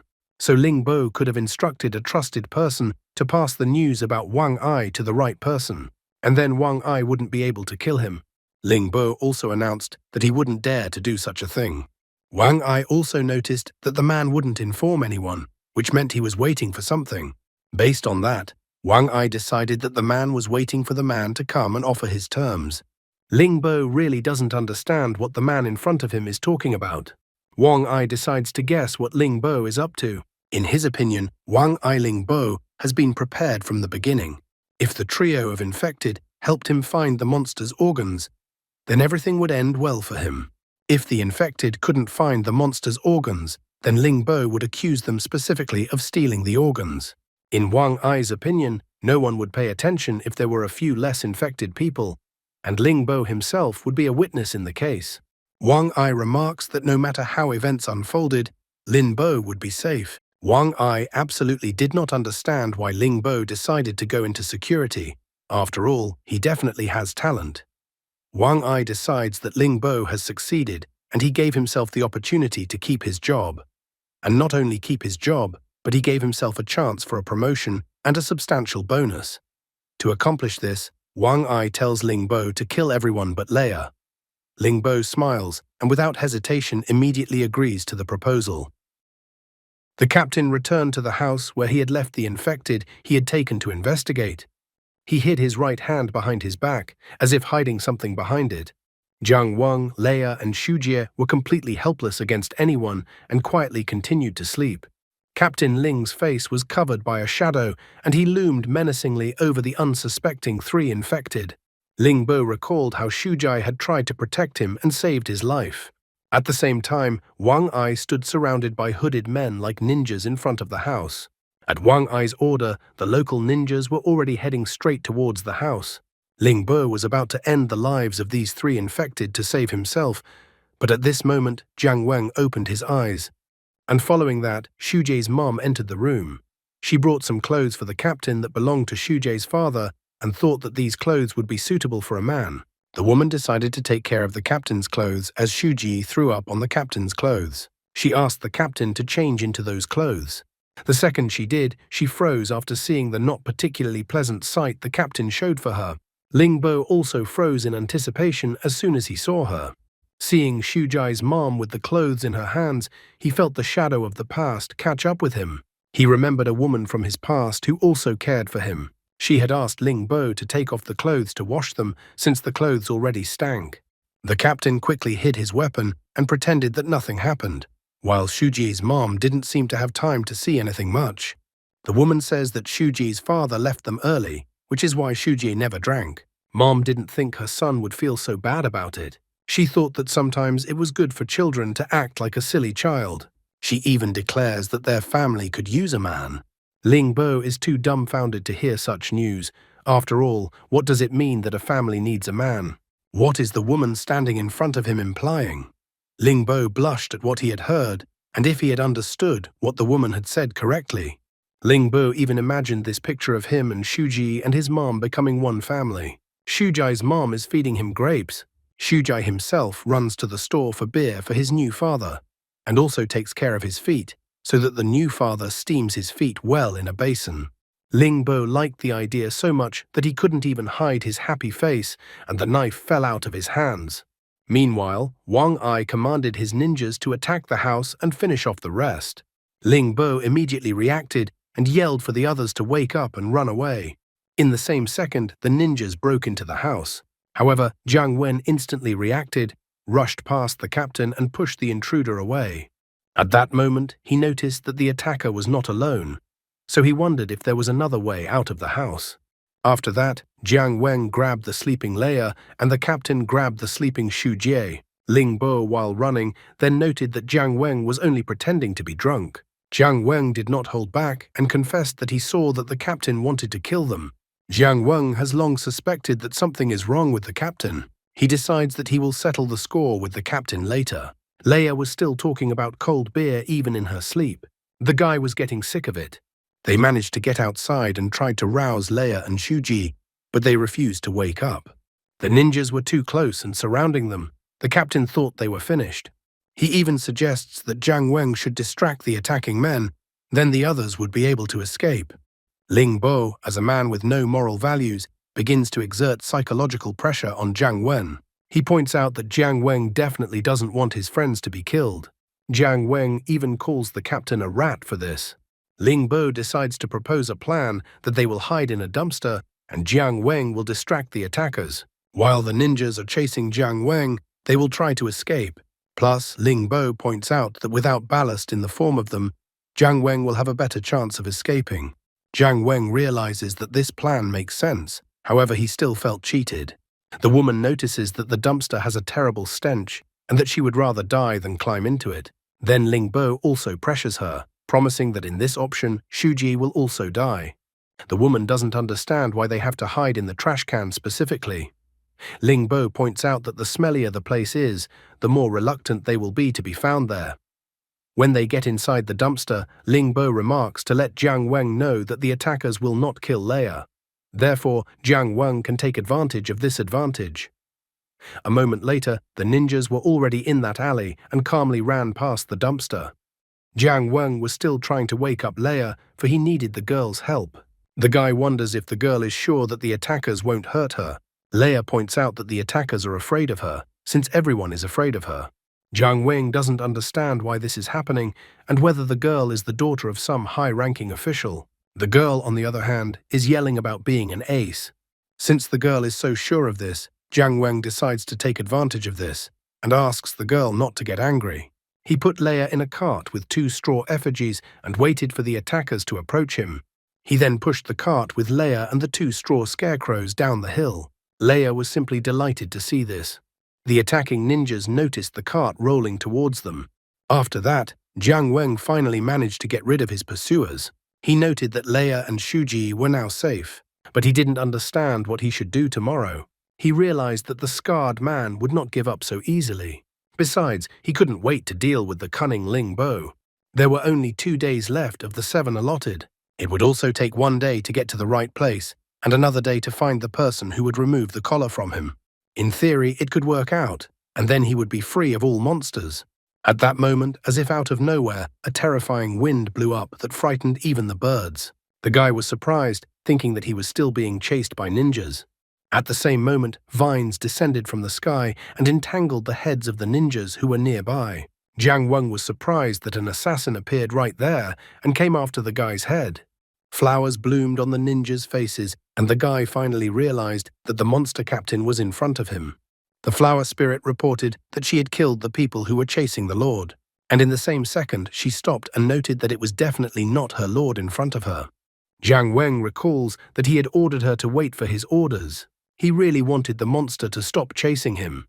The monster captain pointed out that all the other monsters had returned, and she had disobeyed her lord's order. After saying that, Jiang Weng tensed up and asked if the monster had any business with him. With a slight stutter, the flower spirit tells him that she had no right to disobey her lord's order. She had crossed the line and believes she deserves to die, but she couldn't take it anymore. She wanted to see her lord, but it was definitely not her lord in front of her. With a horrified face, the monster captain informs the guy that she saw the whole thing. What a wimp in front of her. All the time he was only thinking of escaping. Seeing all this, Jiang Weng thought that there's definitely some kind of crazy woman in front of him. The monster captain couldn't understand what was wrong, for she felt that the guy in front of her wasn't her lord. She knew that their lord was indomitable and that he was like a natural disaster. 10 years ago, when she first saw her lord, he had taken her soul. It was for her lord that she was here now. The flower spirit wished to see her lord as soon as possible. Jiang Weng's face was covered in cold sweat, for there was definitely some crazy woman in front of him. He tried to look inside himself and ask that inner lord to help him. After all, only the lord would help bring the girl to her senses. The monster captain continued to praise her lord. Her lord is the most powerful being. Flower spirit does not believe that the lord would act like a weakling. She won't let her beloved lord's name be dishonored, so the monster captain decides to just kill the guy. Meanwhile, one of the ninjas finds only Leia in the cart. He informs Wang Ai that they have apparently been tricked. He figures that the others have split up.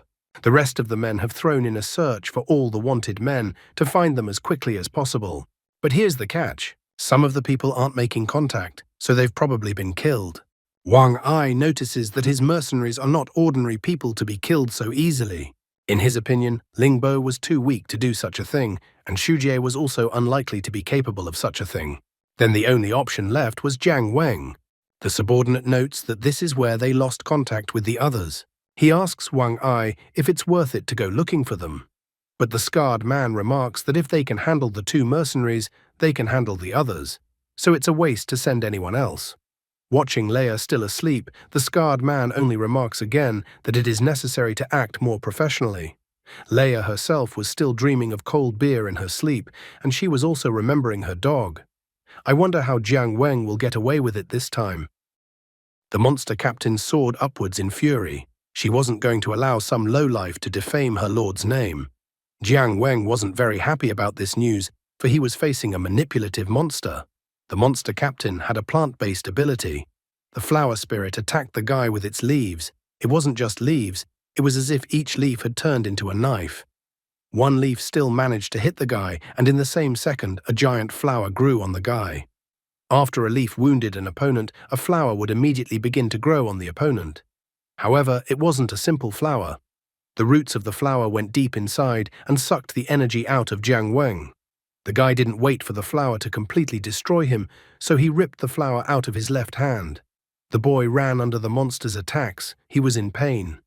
Jiang Weng realized that it was too dangerous to fight the flower spirit alone and needed to escape from the battlefield. Such an idea didn't please the monster captain, and she was even more annoyed that the Lord was running away again. After quickly thinking about the situation, Jiang Weng came to the conclusion that running away was definitely not an option. After all, even if he succeeded in removing the collar, this crazy girl would chase him for eternity. Therefore, it was necessary to solve the problem. He is determined to get rid of the monster captain once and for all. He even asks the monster that is imprisoned in him to borrow the power. The guy's head immediately turned into a dog face. He decided to destroy the monster captain with one punch right in the heart. However, this transformation made the flower spirit even more angry, because now she was even more convinced that the person in front of her was not her lord. It once again attacked Jiang Weng with its leaves that were as sharp as knives. In the same instant, many giant flowers formed on Jiang Weng's body. Turning into a dog made Jiang Weng even more furious. He wasn't going to give up, but was going to survive, and asked the monster captain to continue his pathetic attacks. In fact, he still had his mind, and he noted that he wouldn't be able to withstand such injuries from the attacks for long. Flower Spirit even cried, seeing how weak her lord looked. She didn't understand why he was in such a weak state. She intended to send the lowlife who pretended to be her lord to hell. Jiang Weng in his dog form was also unwilling to relent and intended to kill the monster captain. Suddenly, another figure intervened in their battle that there was no way they could ignore. Leia appeared in the air with her giant scythe in her hands. She jumped down with lightning speed and cut all the vines-like entanglements that came from the flower spirit. Leia stabbed the scythe into the ground with fury, and the ground beneath her feet shattered. Jiang Weng was shocked. He couldn't be completely sure that Leia had appeared in front of him. It was not surprising, since Leia's eyeballs were colored black, and a horn grew on the right side of the girl's forehead. Leia is a Shinigami. Hidden number 0002. Infection level undisclosed. Description undisclosed. Jiang Weng still couldn't understand what had happened to Leia. Leia did not answer the questions, but instead swung her slash attacking Jiang Weng. The dog barely managed to duck from this attack, which saved his life, as all the trees around him that were hit by the scythe were easily chopped off by the scythe, leaving only stumps. Jiang Weng was startled when he saw such events and such a side of Leia in front of him. He immediately realized that it looked like Leia was out of control and was no longer in control of herself. Leia kept repeating over and over again that she needed to kill someone. While Leia was unconscious, Wang Ai asked the girl if she had forgotten why she was in this place. He reminds the girl that she is the spawn of the devil. Wang Ai points out that the only way for the girl to atone for her sins is to keep killing. He also why that the girl only has a life of constant killing and that she can only then get revenge. Leia couldn't contain all of this and cried constantly, the tears unable to stop. Wang Ai notes that this is an order, and after that calls the right words. Dawn, fire. Good morning, Daddy. The order was to destroy the dog. After that, Leia awakened, having lost her consciousness. The only thing that moved her was the lust to kill. Such audacity the monster captain could not tolerate, so she entangled Leia and her giant scythe with her liana hair. Flower Spirit is incredibly pissed off that some damn thing dared to touch her lord. Jiang Weng doesn't understand why the monster captain decided to help him. Flower Spirit notes that if the guy isn't her lord, she'll kill him herself. Jiang Weng even thinks that there is definitely something wrong with the girl's head. In order for Jiang Weng to keep her out of the way in battle, Flower Spirit tossed him aside with her liana hair. A giant flower instantly grew on the dog. The monster captain decided to deal with the pink-haired girl first and then deal with Jiang Weng. Leia, in her frenzied and uncontrollable state, did not fight according to the monster captain's rules and immediately pointed her giant scythe towards the dog. With one sweep of her giant scythe, Leia shattered a giant patch of land, causing incredible shaking and destruction all around. Wang Ai covered his body using his jellyfish armor. He was faced with an unexpected sight, as he did not expect to see a ghostly monster in this place. However, this was all to his advantage, as the more chaos, the better for him. Dispelling the jellyfish armor, Wang Ai decided to leave the battlefield and leave everything to Leia. He was sure that she would not stop until she had carried out her order. Leia couldn't control herself in such a state, and she kept continuing her attempts to chop Jiang Weng. The flower spirit couldn't let that happen, so she prevented Leia from reaching the guy with her scythe in every possible way. Jiang Weng realized that his strength was not enough to keep the situation under control. What bothered him the most was Leia, who was only getting stronger. He delved inside his subconscious and decided to ask for help from the monster inside him. Jiang Weng hoped that the monster would be able to hear him. He noted that if the true Lord didn't help him in this situation, something irreparable might happen. Leia had finally managed to get to the dog and was about to chop him up, and Flower Spirit was desperately trying to prevent that from happening, even though she realized that she wouldn't make it this time. All of this had gotten to the point where Jiang Weng was fed up. He tells the monster not to be a pain in the ass and get lost. At these insults, the Lord seemed to show signs of life. He could not bear such insults. Jiang Weng notes that Lord has too much pride, and that when the monster's power is weakened, the monster falls into decline. Jiang Weng recalls that Lord had been hiding in his lair all day, picturing deep thoughts. Jiang Weng could not accept that he was so weak and cowardly. He even told the monster to piss off. The monster captain had miraculously managed to cover her Lord. However, the blow she took from Leia was monstrous. Jiang Weng was finally tired. Since the Lord wasn't responding, then it was over. These were two people's lives, and he didn't understand why one person should take everything. Leia took advantage of the moment and rushed towards Jiang Weng, who stood helplessly and had no intention of dodging. The monster inside the guy went wild when he saw this moment. However, at this moment, Leia was still able to catch up with the guy with her slash, who flew aside from such a blow. The monster captain desperately ordered that the vile maiden dare not touch the Lord. She entangled the pink-haired girl with her hair vines in a rage. After that, Flower Spirit used her favorite attack, and Leia's entire body was covered in giant flowers. Jiang Weng was still alive, but he was in incredible pain. He even noticed that his sternum was broken. Jiang Weng also noticed that the blow was no longer felt, and then he noticed that he had turned into a dog again. Inside his subconscious mind, he saw that the monster inside him had finally appeared. Lord was furious, for how dare some inferior creature threaten him?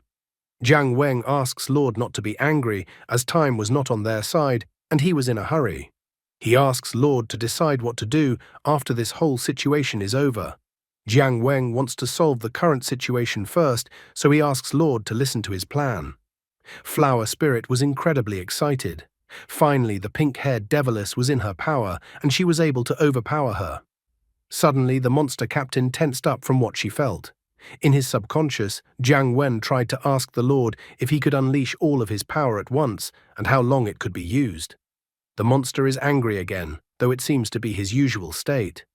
Jiang Weng notes that he knows Lord will take some time to do this, so he didn't want to pressure Lord and apologized to him. The guy notes that he and Lord now share the same fate, so he didn't intend to hurt Lord. Jiang Weng asks to take everything as an investment. He promises Lord that if his plan is carried out, they can get triple the benefits. In an instant, all of the vine's hairs that were entangling Leia, as well as the giant flowers, were destroyed, which even frightened the Flower Spirit. Her surprise was justified, as Leia had gotten even stronger and had giant wings on the back of her industry. The monster captain was instantly defeated after such a blow. Leia not only released her wings, but the monster captain felt as if Leia's power had greatly increased. It was as if she had become a titan, and the Flower Spirit had become like an insect to her. The monster captain bit her lower lip in surprise. She realized that she wouldn't be able to resist against such a gigantic devil. Meanwhile, Lord decides to believe the guy only once. He notes that if anything goes wrong, Jiang Weng will be cursed. Jiang Weng thanks Lord, and his body immediately gains previously unseen power. An unimaginable power poured into him. He increased in size, and red marks appeared on his body. The monster captain only looks annoyed at the attack that comes from the devil in her direction. She realizes that she doesn't stand a chance. However, at this moment, Jiang Weng bursts into the battlefield and knocks Leia down, causing him to save the Flower Spirit. The monster captain couldn't believe what happened at that moment. As soon as she saw the face of the one who saved her, she was incredibly surprised. Immediately after that, tears appeared in her eyes, so happy was she to see her lord. Jiang Weng hugged Leia and began to squeeze her, preventing her from attacking. Flower Spirit couldn't hide her tears. They kept pouring out of her eyes. The monster captain was so happy that her lord had finally returned.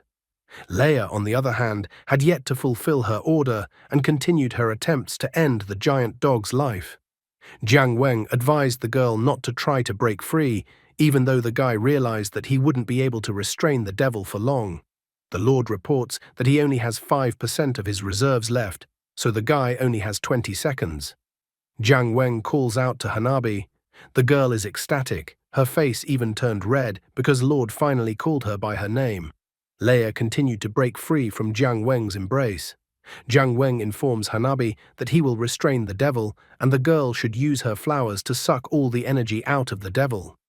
Hanabi worries that because of this, she might hurt her lord with her attack and the latter might die. However, Jiang Weng informs her that they don't have much time. Leia was creepily noisy even in this state and kept breaking out of the guy's embrace. Since the first plan didn't work, Jiang Weng uses a terrifying aura and informs that Hanabi's claims are too ridiculous since he is her lord, and she won't be able to kill him. Feeling the aura of her lord, the girl was immediately frightened. A moment later, she had already begun to carry out her lord's orders. Hanabi began to entangle her lord and the devil with her liana hair. Leia kept screaming about killing the giant dog. Hanabi decided that she would do whatever it takes to fulfill her lord's orders, so she decides to go all out with what strength she has left. Jiang Weng tries to reach Leia's mind. He asks that the girl hear him and remember that he is Jiang Weng. He promises that he will not hurt the girl. Jiang Weng asks for Leia to remember the beautiful moments they spent together. However, instead of coming to her senses, Leia bites the dog's nose.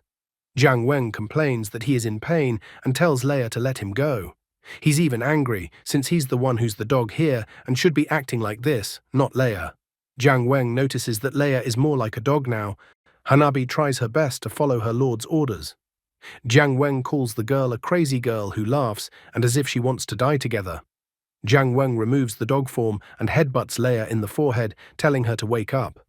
The girl seems to start feeling something after that blow to her forehead and Hanabi's actions. Hanabi was in pain. She was crying, but she had to do her lord's bidding, plus he called her by name. Finally, from the place where the entangled giant dog and the devil were located, a giant flower bloomed out of the place and shot up into the sky. Leia began to regain consciousness and the color of her eyeball on her left eye turned white.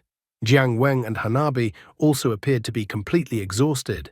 As soon as it was over, Jiang Weng, Hanabi, and Leia collapsed to the ground after losing all their strength. In the morning of the same day, Shujie opened his eyes. He was lying on his bed and had a terrible headache. Next to Shujie was his mom, who asked him to wake up. Shujie was surprised to see his mom in Xiangyu. Also, a nurse entered his room. The nurse smilingly pointed out that there was nothing special about Shujie's case, and all he needed today was to drink lots of water. Shujie finally remembered that they had fun last night, and that was why he had such a condition. However, he absolutely could not remember what happened next. His mum even let out a heavy exhale when she heard her son's words. It took his mum some time to tell what had happened last night. He was surprised that so much had happened after he had passed out. Mum says that the specific details of the battle that happened last night were still being investigated. She reports that when the Xiangyu people arrived, the monsters were gone. Mum also notes that Leia woke up shortly afterward and she was fine. Shujie was surprised that the monsters appeared and disappeared so suddenly. He even thought that Wang Ai had caused the monsters. He wondered if they were able to catch Wang Ai. To this question, his mum suddenly stated that Wang Ai was dead. Shujie was greatly surprised to hear such an answer. Mum completes the story by saying that they stayed in the trash can until almost 4 o'clock in the morning. After making sure that it was already safe, they immediately went to Xiangyu. After that, Ling Bo immediately reported the incident. He said that he would report to his superiors that the suspect in the missing organ case was Wang Ai, the secretary of the organization department. Ling Bo was pleased that the guards arrived on time and asked to be taken to Commander Chu Xian. He said he told them now that Wang Ai was the organizer in the organ theft case from the lab and that he might have important people behind him. Ling Bo says that he has a clear chain of evidence and witnesses. With a little investigation, he managed to find the cancer hidden inside Jiang Yu. However, this information did not please the military much. It turned out that Wang Ai was dead. The military officer also said that Wang Ai had died heroically in a sudden battle last night. Ling Bo was shocked by what he heard. He never thought that the matter would take such a turn. The military took Ling Bo with them. They found out that he forged the authorization and took the infected, in addition to pretending to be an investigator, and made an investigation team. Based on all the violations, the supervisor ordered them to take Ling Bo to the detention center. Ling Bo tried to justify himself. He claimed that Wang Ai could not have died.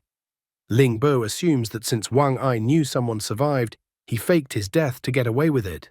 He even demands to be shown the body since he doesn't believe Wang Ai is dead. He kept asking over and over again to be shown Wang Ai's body. Being one of the witnesses, Xu Jie's mom was able to see Wang Ai's body. In her opinion, the body was in such a state that it was impossible to fake his death like that. After that, Ling Bo was placed in a detention center. Mom confesses that everything has been revealed and Ling Bo's real identity is the lab guard. The identity of the head of the investigation team turned out to be fake. Xu Jie is surprised to learn Ling Bo's true identity, as well as the large number of events that took place while he was asleep. Xu Jie wonders from his mother where Jiang Weng has gone since he hasn't seen him yet and nothing has been said about him. He even thought that there is a medical checkup going on right now and that's why the guy is gone. Mom is saddened by her son's questions. She sadly states that Jiang Weng is also dead. At this point, the doctors note that the kobold Jiang Weng, number 77763, lacks signs of any life activity. Doctors recorded that the infected Jiang Wen died in a fight with the monster on the Zioxia Highway in Zioxia City. The time of death was 1 hour and 35 minutes at night. After that, the doctors confirmed everything again. Only after all the tests and confirmations, the doctors removed the collar from Jiang Weng. After the doctors removed the collar from Jiang Weng, then they left the morgue. However, Jiang Weng's body was smiling suspiciously after the doctors left, and the collar was removed, as if everything had gone according to plan. He was glad, as the battle of pretending to be dead had succeeded. Being able to temporarily control his vitals was an incredibly useful ability. Diving into his subconscious, Jiang Weng finds the Lord on the throne and informs him that they had succeeded in pulling off the plan. He came to report to the Lord that everything had worked out just as he had planned. The monster was still chained up and didn't say anything. Jiang Weng decided to tell everything himself. Just as he had said earlier, with the kind of power the Lord had given them, they were able to gain at least threefold benefits. The first thing they were able to do was to calm the out-of-control Leia. He estimated that an attack of this level would not have fatally damaged Leia. Secondly, they were able to stop the flower spirit's attacks. This girl was filled with mad love for the Lord, and after Jiang Weng did not show the Lord's proper power, then she became overwhelmed with hatred for him. The small display of power made Hanabi subdue once again, and fell to her knees in front of her Lord. After the battle with the devil, Jiang Weng asked Hanabi if she still had the strength to move. He ordered her to leave immediately, as Xiang Yu's troops were expected to arrive at the battle site soon. Her eyes were filled with happiness, as the Lord was taking care of her. Thus, not only did they get rid of the flower spirit's tracking, but they also gained an additional workhorse. Thirdly, the collars are removed from the dead infected people. The collar was the biggest obstacle to their freedom, so he tried to remove it. Although he had learned earlier that there was a master in Xiaoguang City who could remove the collar, but he didn't know what kind of problems he might encounter once he got there. The probability of success in this attempt with the master was not more than 50%. Therefore, when Jiang Weng faced two powerful enemies, Leia and Hanabi, the idea of pretending to be dead occurred to him. It seemed logical to him to die in Leia's battle with a ghost-level monster, and since the Lord can control vitals, this plan was pretty simple. The collar was a dangerous bomb used to monitor and destroy rebellious infected. When the infected dies, it is mandatory that the collar be removed. After listening to Jiang Weng's plan, the Lord did not say anything to this effect. Jiang Weng was incredibly happy, as now all the obstacles were gone. According to Jiang Weng's plan, they needed to wait a little longer for their existence to be forgotten. After that, they would need to slip away, and then freedom would be waiting for them. Jiang Weng inquires from Lord about minor details. He is interested in confirming his assumption that in order to unleash his power, he needs to defeat other monsters and absorb their cores. He notes that it's quite difficult to match strength with his wisdom. Jiang Weng promises Lord that after they manage to escape, then he will help Lord recover his strength. Since they have some time, Jiang Weng decides to ask Lord for information. When he first went inside his subconscious mind, he saw 7 stone statues, so he was curious who these statues were. However, the Lord didn't answer anything to this question. The story is just beginning to wind down. What dark past is Leia hiding besides being the spawn of the devil? How will Jiang Weng manage to escape undetected? What new power will Jiang Weng gain after the unexpected gift? What happened to Wang Ai, and what object did he use to fake his death as if he were Sosuke Aizen? Jiang Weng remembered that after yesterday's fight with Leia, something else interesting happened. Right after the fight, he asked Hanabi if she still had the strength to move. Finding that Hanabi could still move, he told her to run away immediately. As the Shangyu army was about to arrive at the battle site, Hanabi was so impressed that the Lord cared for her so much, even after she behaved rudely to him. Hanabi didn't understand how to deal with her current situation and how she should contact the Lord next time. Suddenly, a strange thought occurred to her. She pulled something out and held it out to the guy, wondering if he could take the item. Looking at the item, Jiang Weng absolutely could not understand what she was holding out to him. Hanabi explained that she had given him a seed. It was one of her abilities. All the guy had to do was to put some energy into the seed, and it would blossom. Whenever Jiang Weng wanted to talk to Hanabi, all he had to do was talk to the flower given to him, and Hanabi would hear everything through it at any time. Jiang Weng was slightly surprised and even pleased, because it was as if he had received a private line of communication that could not be tapped by others in any way. The guy wanted to ask the Lord for details about the gift Hanabi had left him. The moment the lad touched the seed, he felt some special movement from within. He realized that this strange attraction was not coming from Lord, then perhaps the strange attraction was from the stone statues. Lord closed his eyes as if confirming the guy's words, realizing that there was nothing else he could hide. Then the Lord asked if he meant the stone statues that were located in the hall.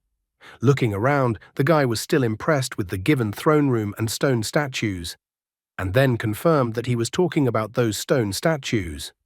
The Lord didn't deny it, admitting that all the stone statues the guy could see were his subordinates. They helped him expand his territory and achieve great military successes. All of this lasted until the war that happened 10 years ago. The Lord confirmed that his subordinates were still alive. However, his subordinates could no longer use the energy that Lord had absorbed. He absorbed them while they were dying, and then someone sealed them with him. In order to revive his subordinates, one would need to find 7 specific anchors that had nothing to do with the power. Jiang Weng thought about what he had heard, but soon noted that since the stone statues showed a response to the seed he had received, then the seed could serve as that anchor. Suddenly, Jiang Weng noticed one of the statues that seemed to be reaching out to him. He couldn't take his eyes off it. Looking at the stone statue's outstretched hands, a thought came to his mind. He immediately took out the seed that Hanabi had given him. He then infused some spiritual energy into it and then placed the resulting flower directly into the stone statue's outstretched hands. At the same moment, a bright light began to emanate from the stone statue. The lad was shocked to see that such was the reaction of the stone statue to the seed received from Hanabi. Lord was also watching the events with interest.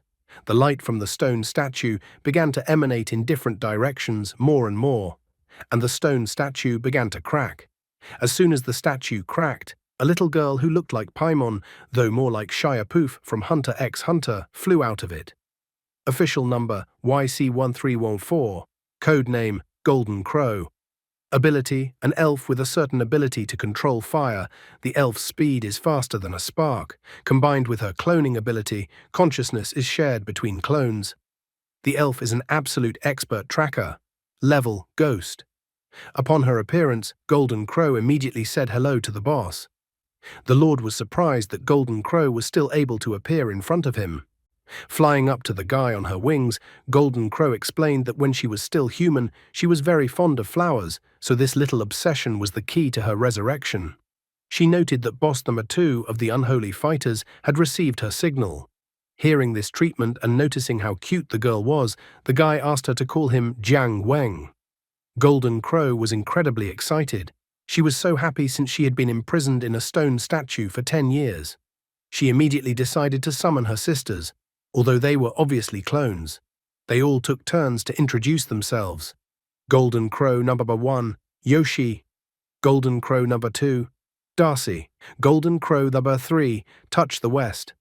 Golden Crow was so happy that she was finally free from her shackles, so she flew at full speed throughout the throne room. Jiang Weng was thrilled to see for the first time a little elf that could split into two. He wondered if other stone statues had such interesting abilities. Now he was finally able to feel great and was even able to smile.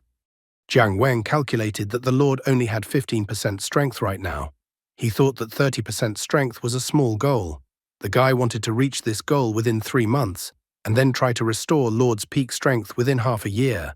Then they needed to find a way to unlock the remaining stone statues one by one, thinking that a 3-year plan and a 5-year policy would work perfectly, because they should improve both inside and outside and develop together.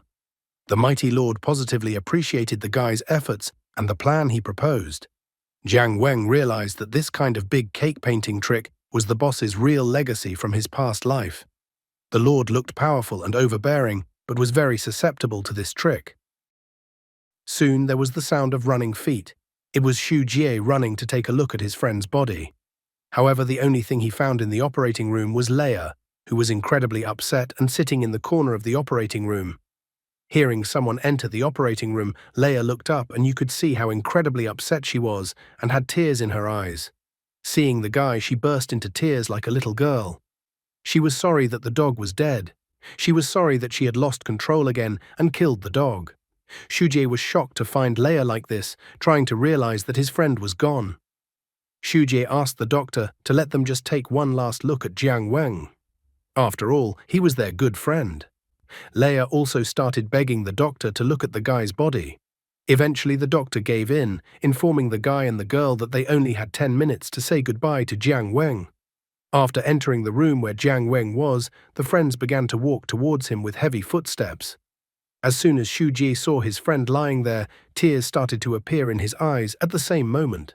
Leia immediately burst into tears as she continued to blame herself for killing him. Jiang Weng could observe everything that was happening as if from the outside, looking at the distraught new friends. As he watched his friends saddened and crying, he noted inside himself that Leia had not killed him. The guy knew that if he died like that, Leia would feel guilty for the rest of his life. Golden Crow noticed that the guy was hesitating and that he might wish he could wake up right now and comfort Leia. However, clutching his head with his hands, he didn't understand why he was even thinking about it. After all, Leia has such a playful nature that she forgets everything after only 3 days. So compared to that, of course his freedom was more important. Besides, he had only known his new friends for 1 week. Nevertheless, he continued to watch his crying friends from the sidelines. Golden Crow called for Lord's help already, noting that the guy was hesitating, and after all, if the guy woke up now, the whole plan would fail. Lord greeted the guy again. However, the guy once again abruptly sat down on the bed from a lying position. Leia, Xu Jie, and even the doctors were all in complete shock after seeing this. Jiang Weng laughingly announced that he had slept for too long and that he had a dream about how he died. He even greeted Leia and Xu Jie. The guy actually showed that he was willing to sacrifice his personal freedom for his friends, ruining the whole original plan. The doctors and everyone else started calling the guy a quack. Their cries were so loud that they even scared a nurse walking down the hallway past the room. Seeing Leia crying, Jiang Weng asked her why she was crying. He pointed out that he wasn't dead and even offered to hug the girl if that was what she wanted. Leia turned her back to the guy and started to run away. All these actions caused Xu Jie to yell at the doctors and point at the guy. Jiang Weng realized that girls were always difficult to deal with. However, at this moment, the Lord became furious with his actions, because he had thwarted their successful plan. Golden Crow pointed the guy at the Lord, noting that they had a more serious problem here. Jiang Weng immediately put his hands up, indicating with a gesture that he was giving up. He asked the Lord not to get angry and to listen to him first. The guy realized that such opportunities that they still had before he came to his senses and stood up were not given so easily. Jiang Weng began to convince Lord that he was right. He pointed out that a hero like Lord, who was so famous and had the loyalty of his subordinates, couldn't upset a girl. Besides, the guy promised to find another way to escape. Golden Crow immediately noticed that Jiang Weng's boss was very gentle with the girls. The Lord was enraged. He declared that he would scare the guy to death. As a result, the second escape plan was automatically cancelled, so Jiang Weng failed. Nevertheless, the guy didn't despair, noting that they didn't need to worry now. Now that Hanabi was outside and Golden Crow was inside, it was quite easy for them to escape. The lad decided that compared to walking alone, perhaps now the Lord could have more freedom.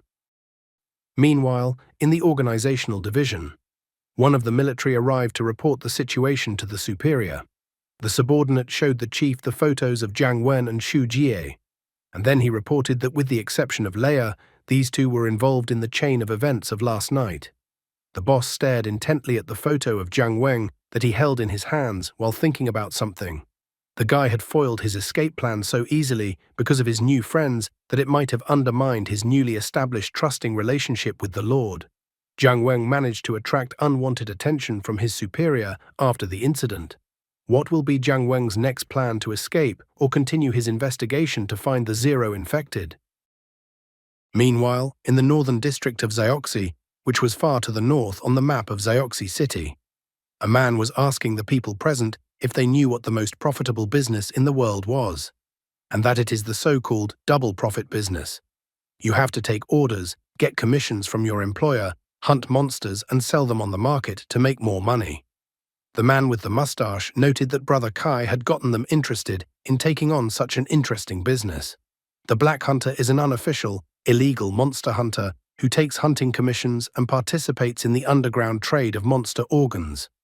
The group is made up of a wide variety of people, including normal people armed with unconventional weapons, as well as infected people who are not officially registered. Kai asked the others to stay focused, as this is still a business where you have to have eyes even in the back of your head. He asked the others to always be vigilant, never overestimate themselves, and never underestimate the monsters so that the people on the team could live and spend the money they earned. Someone in the group panicked, wondering if they would meet the terrifying monsters on this sortie. The man with the mustache asked the others not to worry, for Kai was famous for his caution. He had been in more battles with monsters, more than the others had seen the women in their lives. 10 years ago, there was a battle of 4 monsters. According to the man with the mustache, Kai participated in that monster battle personally. The girl was surprised because the monster war is the same disaster that almost destroyed the entire Jiangsu and Zhejiang region. All 4 of them are demonic beast-level monsters. She was curious about the names of the other monsters, as she only knew Huodu's name. Also, she had heard that 3 of the 4 monsters eventually died. She wondered how many of them Kai had personally killed. However, Kai informed her that he was not in charge of this confrontation with the monsters, but merely joined the fight. He then told the others to shut up and keep their weapons ready. Suddenly, they noticed the area around them was covered in fog. Kai immediately noticed that heavy fog was not the norm at this time of year, which meant that a monster might be waiting for them. At the same moment, some sort of melody came from the depths of the fog. Kai was annoyed as he couldn't figure out where the singing was coming from. He immediately realized that there was something wrong with the song, so he told the others to be ready for battle. Suddenly, some ugly monsters approached him out of the mist. Kai reacted instantly, destroying the monsters by cutting off their heads. However, at the same instant, he discovered that under the influence of the fog, he had just destroyed his entire team. Instantly, green liquid spurted out of his eyes, mouth, and nose. He immediately fell to the ground, realizing that he had fallen into an illusion. He realized that the monster was able to create an illusion with the help of the mist. In the distance, he saw someone's silhouettes in the fog that were rapidly approaching him. Looking at the silhouettes in the fog that were approaching him, Kai recognized them. He remembered that he had seen them before. He had seen them 10 years ago, during the battle with the monsters, when he had cowardly hid, unable to do anything. One of those legendary 4 monsters, Ju Ming, appeared in front of him.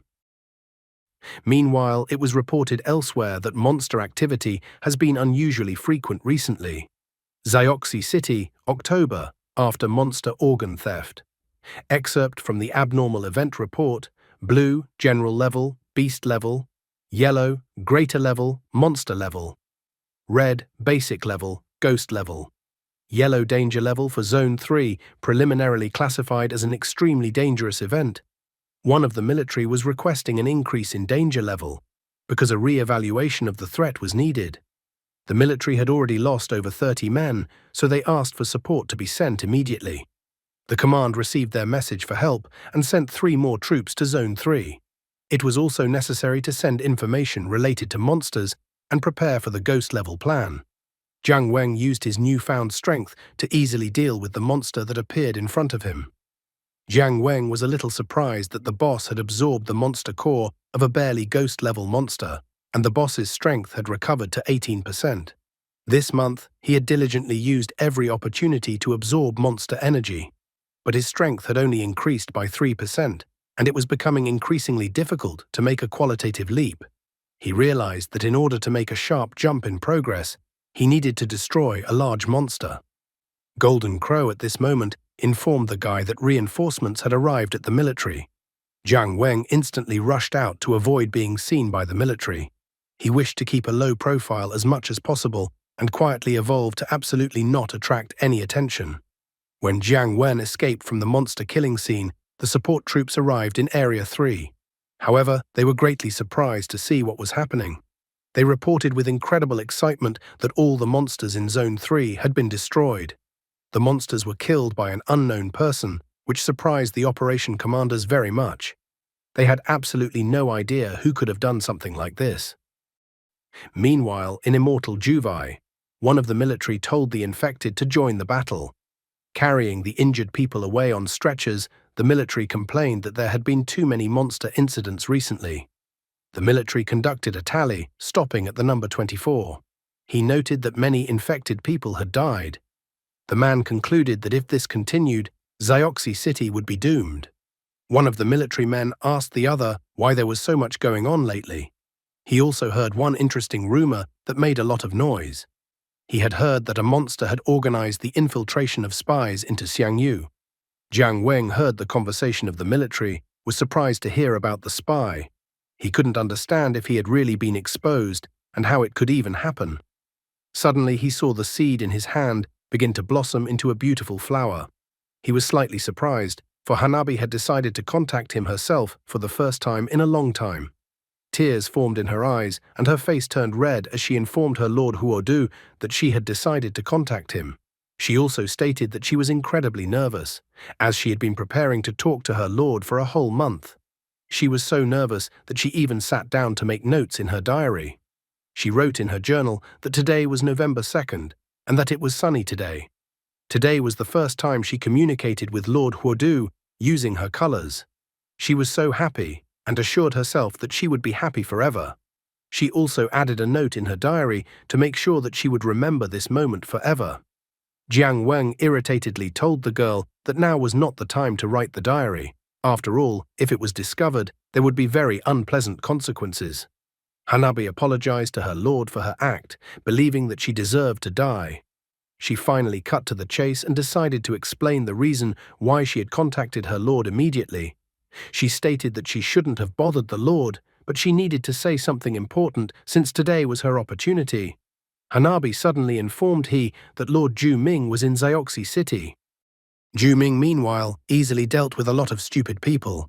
Upon hearing the news of Ju Ming's arrival in Zioxi City, Lord Huodu became enraged. She said that there had been rumors that there were spies in Xiangyu, and it turns out that Lord Ju Ming had ordered all these rumors to be started. Hanabi noted that it seems that Lord Ju Ming is somewhat displeased with the fact that Lord Huodu's mission to find the Zero infestation has not made any progress. Hanabi was furious, not understanding why Lord Ju Ming should be displeased. She was displeased, recalling that Lord Huodu had suppressed Lord Ju Ming all these years. And now Lord Juming dared to tell Lord Huodu what to do. She even wanted to kill Lord Juming. However, with tears in her eyes, she realized that she could not defeat him, as Lord Huodu's other supporters were powerless, so she could only protest. For her powerlessness, she kept apologizing to Lord Huodu over and over again. Eventually, Hanabi confessed that Lord Juming had asked her to give Lord Huodu a new mission. Lord Juming had assigned the task of killing Chu Xian, a high-ranking Xianju officer. Jiang Weng was a bit puzzled by such a task. Hanabi explained that Lord Juming had informed him that this task should be easier than finding a zero infected with Lord Huodu's current abilities. Lord Juming clearly indicated that his requirement should be fulfilled within 2 days. If his demand was not met within the specified time frame, or if Lord Huodu refused, then Lord Juming would reveal Lord Huodu's identity as a spy. Jiang Weng was incredibly surprised that someone from outside could reveal to the military the identity of a spy. He began to ponder over the information he received from Hanabi. It was necessary to kill a high-ranking officer in 2 days. Even if he is a high-ranking officer, it can't be that simple. Even if he succeeds in killing Chu Xian, he will not be able to leave unharmed afterward. If he doesn't kill Chu Xian, then his identity will be revealed and he will die. Whatever choice he made, he realized that Lord Juming was determined to deceive him. Moreover, he feared that Lord Juming might have other evil intentions. In addition, the problem was serious because Juming was the same level as Lord Huodu. Around the guy, the military was already abuzz with rumors of spy monsters appearing in Xiangyu. They couldn't wait to find out the information about which infected person had further turned into a monster. They were now more aware that if the rumors were true, it was no wonder that so much had happened recently.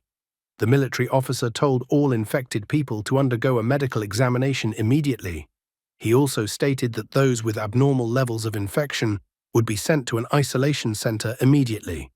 Xu Jie asked the military man what all this inspection was for and whether the military suspected that the mutation of the infected people was out of control. He also began to complain that the battle had just ended.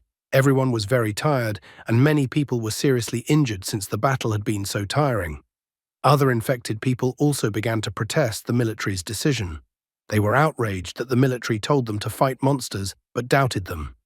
The infected one by one joined the protest against the military and the new medical examination at this moment. The infected people were incredibly angry. They didn't understand why they were being treated like prisoners or captives. Although they were infected people, they were also human beings first and foremost. Besides, they were the ones who were actually the ones protecting Zioxi City. However, the military men put their shields forward. One of the military men told all the infected people to shut up immediately.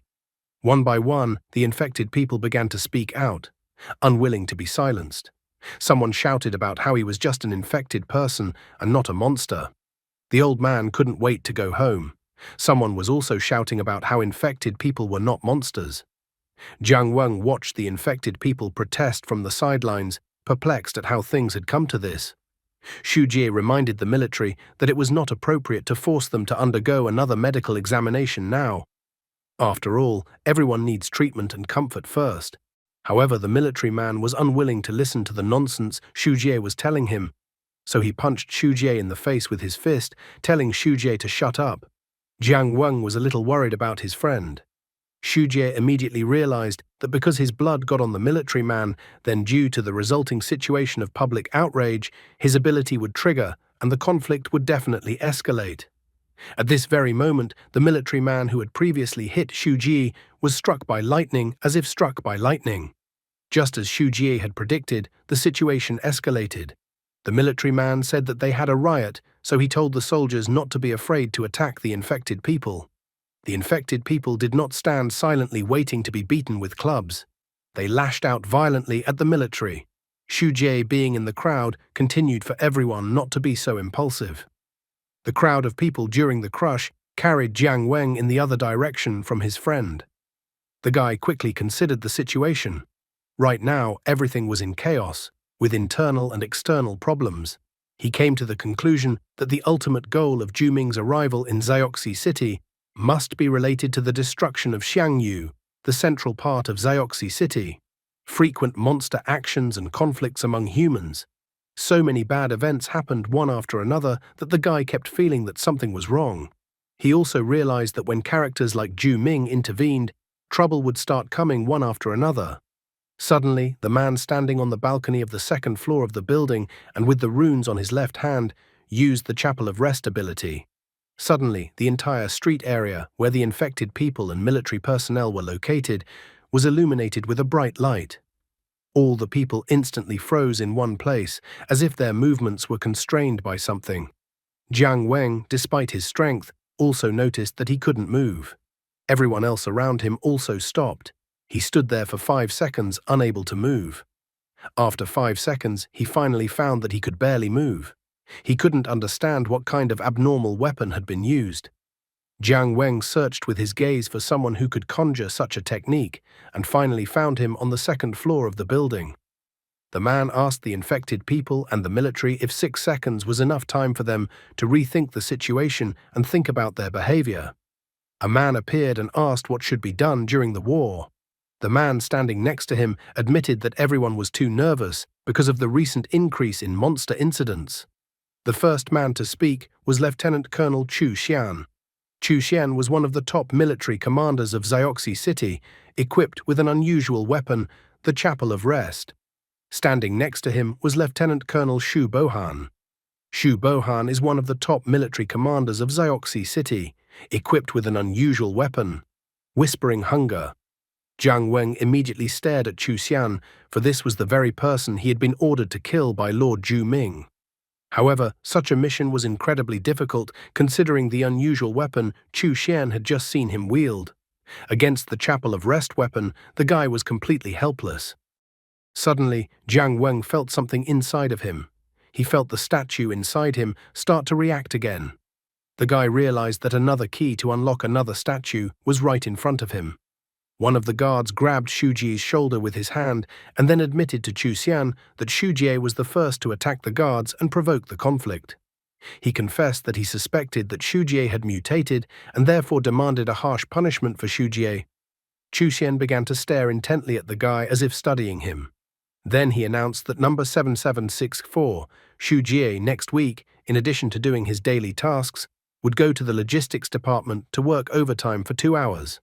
The guard began to complain that Chu Xian had given the guy too lenient a punishment. Xu Jie didn't argue and only accepted the punishment Chu Xian gave him. Jiang Weng still couldn't take his eyes off Chu Xian. Xu Bohan then stepped in and announced that the incident was over. He ordered that the medical examination should be done on a few people at a time, and also informed that the injured should be treated first. After that, he even thanked everyone for the hard work they were doing. This time, no one dared to continue arguing with the guards or Xu Bohan and Chu Xian. Jiang Weng wasted no time in telling Golden Crow to secretly follow Chu Xian. Golden Crow wondered if Jiang Weng was sure he wanted to kill Chu Xian. The guy admitted with regret in his voice that Ju Ming had forced them down this path. Since they could not oppose Ju Ming right now, eliminating Chu Xian was the only option at the moment. He decided to take the risk.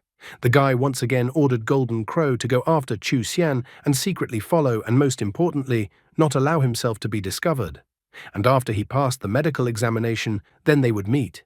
The Golden Crow instantly flew out and quickly flew past the feet of all the guards. Meanwhile, in the administration building, Golden Crow Number 2, Darcy flew up to one of the security cameras and ripped out the camera. Golden Crow Number 1, Yoshi was looking around at this time, hiding behind a trash can. Golden Crow Number 3, Touch the West, attacked one of the guards walking by. Yoshi reported that no one was present. However, Touch the West corrected her, noticing that there was a guard standing on the left and the necessary door was on the right. Darcy noted that they only had 30 seconds. They all began to peek out from around the corner, looking around for when danger would appear. At this moment, Jiang Weng appeared beside them, noting that they had managed to successfully infiltrate the Xiangyu administrative building. The guy didn't expect the security measures to be so lax. He even thought that everything was so lightly guarded because almost everyone had been sent off to fight. He even started praying for things to work out. However, at this moment, Chu Xian felt something, as if he sensed the gazes of all the Golden Crow and Guy. Jiang Weng and Golden Crow, who seemed to think that they were acting silently, were not quiet at all. When Chu Xian tensed up, Shu Bohan, noticing his change, immediately asked him if everything was all right. Chu Xian informed him that he suddenly felt the urge to go to the toilet. Shu Bohan exhaled because he thought that something had already happened. He even offered to go to the restroom together. Hearing their conversation, Jiang Weng didn't understand what was wrong with the two people in front of him. He noticed that they were quite old to go to the restroom together. He even admitted to himself that he would definitely write a bunch of fan fictions about a very strong male friendship. In the end, Jiang Weng told Golden Crow 3 to stay in the security room and distract Shu Bohan for a while. Golden Crow 3 accepted the order by saluting with her left hand. She then walked to the microphone and announced that someone was looking for Shu Bohan at the door downstairs. She also explained that the person had reported that it was an emergency. Hearing that someone was looking for him, Shu Bohan was greatly surprised, as he had no idea who would be looking for him in this way. At this moment, Chu Xian began to suspect something. Shu Bohan decided that he had no choice and that he had to go. Before he left, he even announced that they would pee together next time. After Shu Bohan left, Chu Xian went into the restroom. Jiang Weng was glad that Chu Xian was finally alone. Before heading to the restroom, Jiang Weng told Golden Crow 3 to stay in the observation room to monitor the situation. Golden Crow 3 corrected him by calling herself Touch the West. The guy then told Golden Crow 2 to stand guard at the restroom door to keep out any uninvited guests. Golden Crow 2 also corrected him by informing him that her name was Darcy. He then told Golden Crow 1 to follow him to the restroom. But Yoshi began to complain that it was a men's restroom, and how could she even go in there? The guy didn't care about such silly questions. All of his attention was focused on the fact that Chu Xian possessed an unusual weapon that could create a brief stoppage of everyone within a certain range. Therefore, he felt that before approaching Chu Xian, they should have a backup plan. So he told Golden Crow 1 to follow him, but to keep a certain distance to avoid unforeseen circumstances. The guy headed for the restroom, Yoshi flying after him at a certain distance, and Darcy watching with a nonchalant expression to make sure no one disturbed them. Walking into the restroom, the guy found Chu Xian, who was standing calmly near one of the urinals. With a nonchalant look, Jiang Weng walked around the restroom and stood at the neighboring urinal with Chu Xian. If Shu Bohan finds out about it, he will be incredibly envious of the guy. Yoshi closed her eyes, unable to watch the men pee. In the end, Jiang Weng turned to Chu Xian. He reported that he was the infected person with the head of a dog, number 7763, Jiang Weng. He also confessed that he wanted to be a good person. The guy managed to get the attention of Chu Xian, who stared at the guy. Jiang Weng confessed that there were rumors recently that there was a spy in Xiangyu, and he mentioned that he thought that this spy might be himself. Yoshi, who heard this conversation, could not understand what Jiang Weng was doing and why he decided to reveal his true identity. At this moment, Chu Xian stared menacingly at the guy and asked the guy to repeat what he had just said. Not the least bit embarrassed, Jiang Weng repeated that he was a spy, but he only wanted to admit it to Chu Xian. In his thoughts, he even complained that he needed more time to pee. The guy confessed that a big demon had arrived in the north of Zioxi City and that he had threatened the guy to make the guy become a spy. Letting tears well up in his eyes, Jiang Weng revealed that the demon had taken his sister hostage, and after all, the girl was as dear to him as his own sister. Therefore, with sadness in his voice, he stated that he could not disobey the demon. Looking out from behind the corner, Yoshi realized that the guy seemed to be up to something. The guy's head began to turn into a dog's head, and his body was enveloped by lightning as he declared that even if he dies, he must kill Chu Xian. The man stared at the guy with a shrewd gaze. At this moment, Shu Bohan arrived at the first floor. He discovered quite quickly that no one was there and that it was probably some kind of prank. He arrived at the office, but Chu Xian was not in his office. So he went back to the restroom, but as soon as he opened the restroom door, Chu Xian's body fell from there. Meanwhile, in the north of Zioxi City, Hanabi began to look for Lord Juming. She happily reported that Lord Huodu had succeeded in doing what Lord Juming had asked him to do. She once again reported that Lord Huodu had killed the target, Chu Xian. The monsters were shocked that Lord Huodu was able to kill Chu Xian so quickly. It took him less than 1 day to destroy Chu Xian. The monsters couldn't believe it because Chu Xian was known to be the strongest barrier of Xiangyu. The monsters were shocked that Chu Xian was destroyed in one fell swoop. They were even anticipating how fast they would be able to capture Xiangyu now. The boar was glad that Lord Huodu had once again returned to Olympus. He was glad that the Lord had turned out to be really cool. However, another monster corrected the boar's words.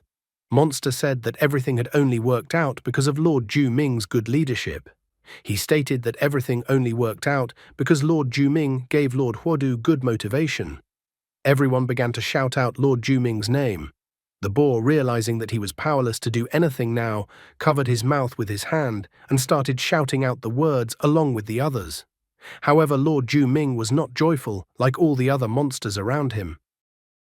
10 years ago, before the Battle of the Four Monsters, while in the dilapidated building, Ju Ming told Huodu that humans were just lowly creatures full of weaknesses. He saw through their self-deception and vanity, but they covered themselves with concepts such as friendship, family affection, a sense of shame, and a sense of honor. Ju Ming believed that people could be killed easily. He said that there are so-called schools in the south of Zhejiang province.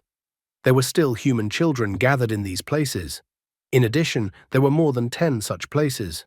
Ju Ming believed that one could easily capture them and make puppets out of them. Besides, one of his monsters is their favorite. And then he wanted to let these crazy little ghosts infiltrate emotionally rich adults, watching them suffer and fall down. He even called it true beauty. However, Lord Huodu did not share his interests and notions of beauty. He called Ju Ming an idiot, noting that such an approach would only make people even more angry. He also said that the idea Ju Ming is telling him about is incredibly stupid and is only needed to satisfy his perverted whims. Furthermore, the most important thing was that he didn't like Ju Ming's dirty tricks. Lord Huodu explained that according to his rules, if you want to fight, then just fight. The other 2 lords didn't cross him or even stutter to say anything about it. Remembering past events in the present tense, Ju Ming pondered over Hanabi's words as he walked down the corridor. After tracing from around the corner that Lord Ju Ming had left, the boar exhaled heavily. The boar began to tell the other monsters that Lord Ju Ming obviously wanted to frame Lord Huodu. However, the boar pointed out that Lord Huodu had too many supporters, so Lord Ju Ming couldn't just do evil.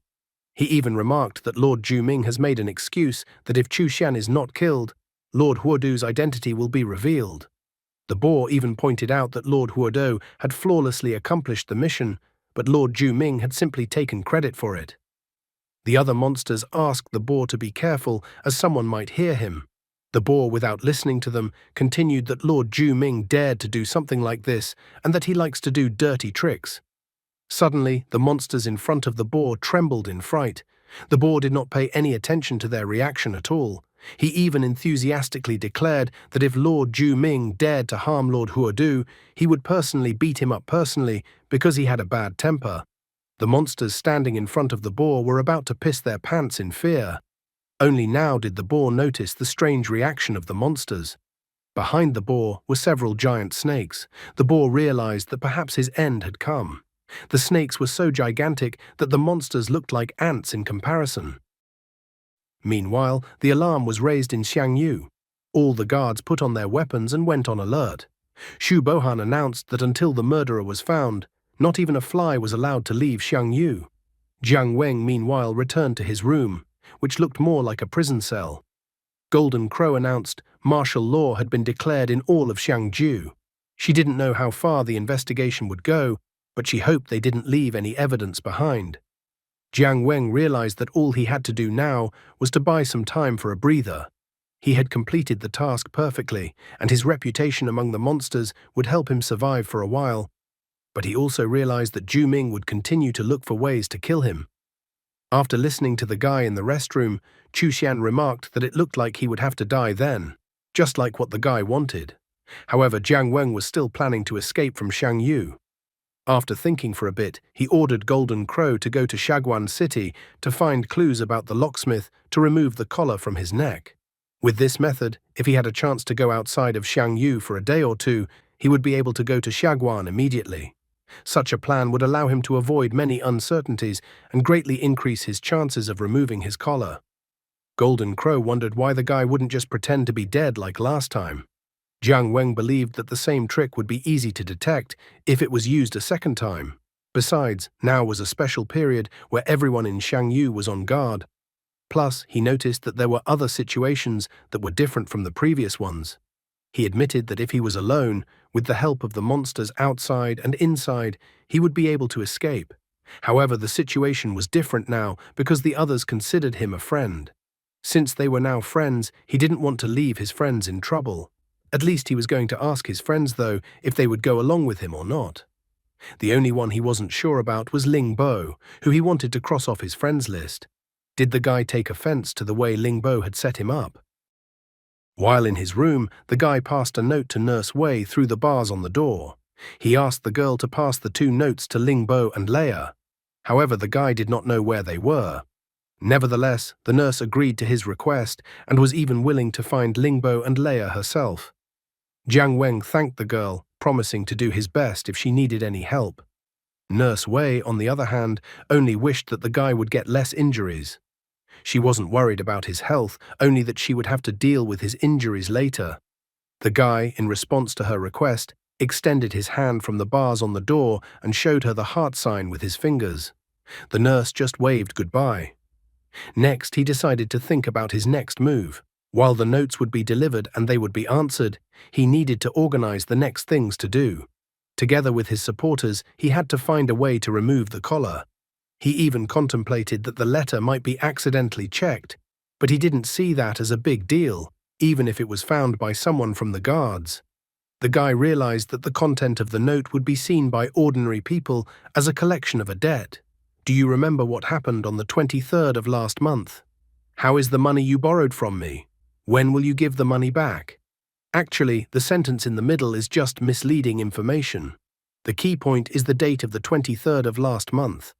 What happened on that day, only they knew, so the rest of the group should definitely understand what he was hinting at in the note. On the 23rd of last month, they were resting, and at this moment, they were wondering if they still wanted to do so. Upon receiving the note, Ling Bo immediately thought that the kobold was hinting that he wanted to escape. Leia, on the other hand, did not understand his hint at all. After reading the note, she looked at it with a confused look because she didn't borrow money from the dog. She couldn't understand what the dog wanted from her and what the 23rd day of last month had to do with it. Jiang Weng bragged to himself that he was so smart. From Xu Jie, he was going to ask directly when the guy came back from work, since Guy had been helping with the logistics department for the past 2 weeks. When Xu Jie returned, the guy told him about his plan. Xu Jie was a little surprised to hear that the guy was proposing to escape from Shangyu altogether. He realized that if something went wrong, they could all be killed. However, he still agreed to escape from this place with the others. Xu Jie informed that before they tried to escape, he wanted to do one more thing. Jiang Weng did not understand what he meant. Xu Jie revealed that he had been helping out in the logistics department for the past 2 weeks. The job of the logistics department is to mop up the battlefield and extract the organs of the monsters that are still alive, and then send them to the lab for research. He had been there just recently and had heard that many people in the logistics department had been held accountable. As it turned out, the theft of the organs taken from the monsters had been happening regularly over the past few months. The case that Ling Bo had sent them to investigate was actually not an isolated case. Reflecting on this, Jiang Weng admitted to himself that he had guessed it long ago. All signs pointed to the fact that the Jiangyu officials were involved in organ theft. Wang Ai was just a scapegoat. He concluded that there must be a bigger organizer behind the scenes. In his previous life, this would have been a routine matter. Jiang Weng felt that they needed to escape as soon as possible and couldn't care about these trivial things. Xu Jie was upset because Uncle Mao really takes good care of him, so he didn't want his uncle to be involved in the theft. Jiang Weng couldn't understand who Uncle Mao even was. It was actually Mr. Lin Mao from the logistics department. Suddenly, a loud noise reached Jiang Weng and Xu Jie's ears. A giant mouth appeared in the Xiangju territory. Jiang Weng couldn't understand what was even happening, and Xu Jie assumed that the noise was coming from the neighboring room.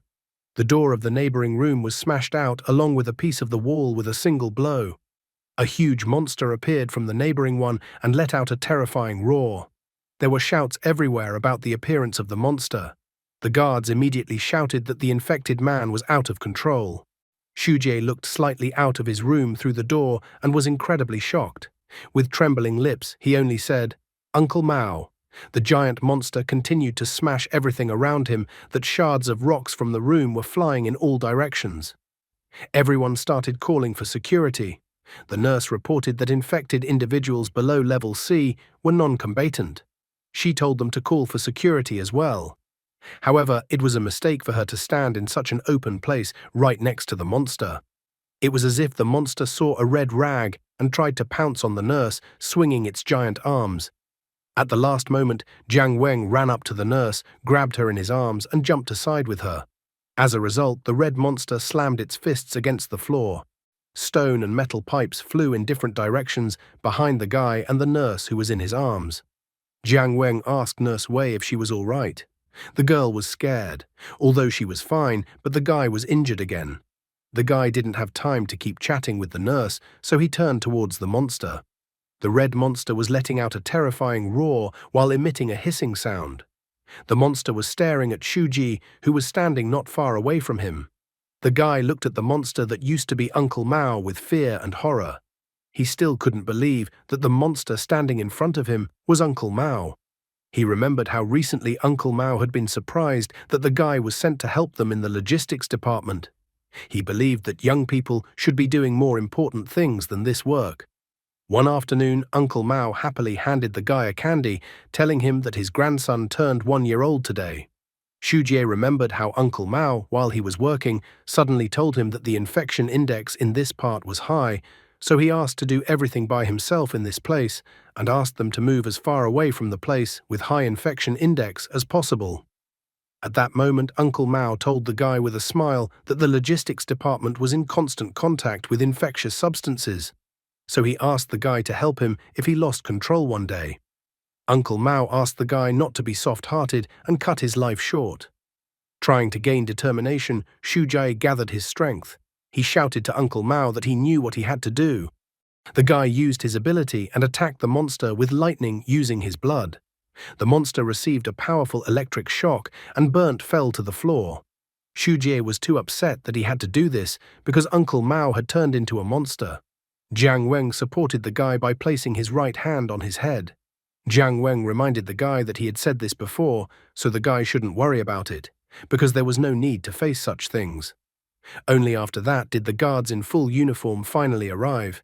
The head guard told everyone to stop, informing also that there were infected people who were mutating. He also inquired who had just been in a fight. The guard grabbed Jiang Weng by the shoulder and informed him that he would be temporarily kept in another room. Shujie, on the other hand, was declared mentally insane by the guard, so he decided that the guy should be in solitary confinement and undergo a medical examination. The guard ran up to the man who had just approached. The guard then informed him that there were no additional casualties. This person was Liu Chengfeng, the captain of the 3rd Xiangju Task Force. After a quick look around, he decided to leave the guards to deal with the consequences and left. The guy was immediately locked up in a cell. He told Dawu to follow the captain, though the girl corrected him that her name was Darcy. Darcy flew after the captain, and the guy kept thinking that all of this was no accident. Uncle Mao was often in contact with infectious substances, so he had to be checked every day. The guy didn't understand then why Uncle Mao suddenly lost control. He was tormented as to why security hadn't arrived after the situation got out of hand. The collar is also needed to keep the infected from getting out of control. The guy also couldn't understand then why the collar didn't explode. Plus, from his observations, it was as if the captain was disappointed that there were no additional casualties. Jiang Weng came to the disappointing conclusion that the captain wanted as many additional victims as possible. The guy quickly noticed that the captain was causing him very similar feelings to Wang Ai. An incident occurred where the monster's organs were stolen, causing the infected to lose control. The guy increasingly suspected that the same group of people who were causing trouble were still acting. He really didn't want to get involved in their affairs. Soon he heard through Darcy, the captain, talking to someone on the phone. He reported on the phone that things had indeed gotten easier without Chu Xian. The other person told the captain to point out that Lin Mao had been exposed to pollutants for a long time and for the captain to forge the inspection report. The captain reported that Lin Mao immediately lost control, and the effect was astonishing. But this old man was weak even when he turned into a monster and was killed by Shu Jie number 7764 without causing much casualties. But since there was already a successful case, it was necessary to use this method further. He even thought of some improvements. The infected person's collar has an electric shock function. He wondered if repeated electric shocks would increase the frequency of loss of control. He was having so much fun that he couldn't hide his smile. The captain couldn't wait to find out who would be chosen as the next test subject. In the end, the captain decided that since number 7764 Shu Ji had interfered with their good deeds, he should compensate them. The captain couldn't hide his bloodthirsty and anticipatory smile. But Jiang Weng, who had heard all of this, was not particularly pleased with what he heard. Darcy was also surprised by the captain's words. The guy grabbed the flower and immediately said hello to his loyal fan. The captain was suddenly alert, as if he sensed something. At the same instant, the ground around the tree near where the captain was standing began to crack, much to the captain's bewilderment. It turns out that the Hanabi had invaded Xiang Yu with the help of her plants. She instantly found the captain, informing Lord Huodu about it. Without an ounce of doubt, the fellow ordered Hanabi to kill the captain. Hanabi, as if she had been waiting for this order her entire life, excitedly attacked the captain. A large number of giant plants instantly emerged from the ground around the captain. Hanabi then entangled all these vines around the captain into a ball. The person on the phone with him was trying to find out what Liu Chengfeng's situation was. A deafening siren sounded in Xiangyu, announcing the invasion. The guards quickly prepared for battle, as they expected an invasion of monsters. The guards found the girl rather quickly, realizing that she was outside the fence. The guy in the room informed the girl that she would be spotted pretty quickly, so he asked the girl to let him out. The guy in the room with him didn't realize what was going on at all. At the same instant, Hanabi brought her plants down on the wall, and the guards reported that the monster had destroyed the prison wall of Area C. The guards kept shouting that the monster had destroyed the prison wall of Area C. Jiang Weng really didn't want to worry about these little things with monster organ theft. However, the captain pissed him off so much that he literally forced him to solve this problem. The captain at this time was panting, entangled and squeezed by the Hanabi vines. He had signed his own death warrant when he couldn't even detect the tracking and opened his filthy mouth. Lord Huodu would hardly mind getting rid of such trash. At that moment, Shu Bohan rushed out of the building and angrily told the monsters not to think that now that Chu Xian was gone, Xiang Yu was abandoned. He angrily told the monster not to run away from him. After that, he ordered the third team to go with him while the rest guarded Xiang Yu. Then he and the third team got into their cars and drove out of the Xiang Yu gates. Hanabi mocked the military, admitting that Lord Huodu had already given her orders on what to do next. Earlier, Jiang Weng had told the girl that her main task would be to cause chaos. And after she caused chaos, she had to flee immediately. He admitted that Hanabi would not be able to defeat anyone on Xiang Yu's territory.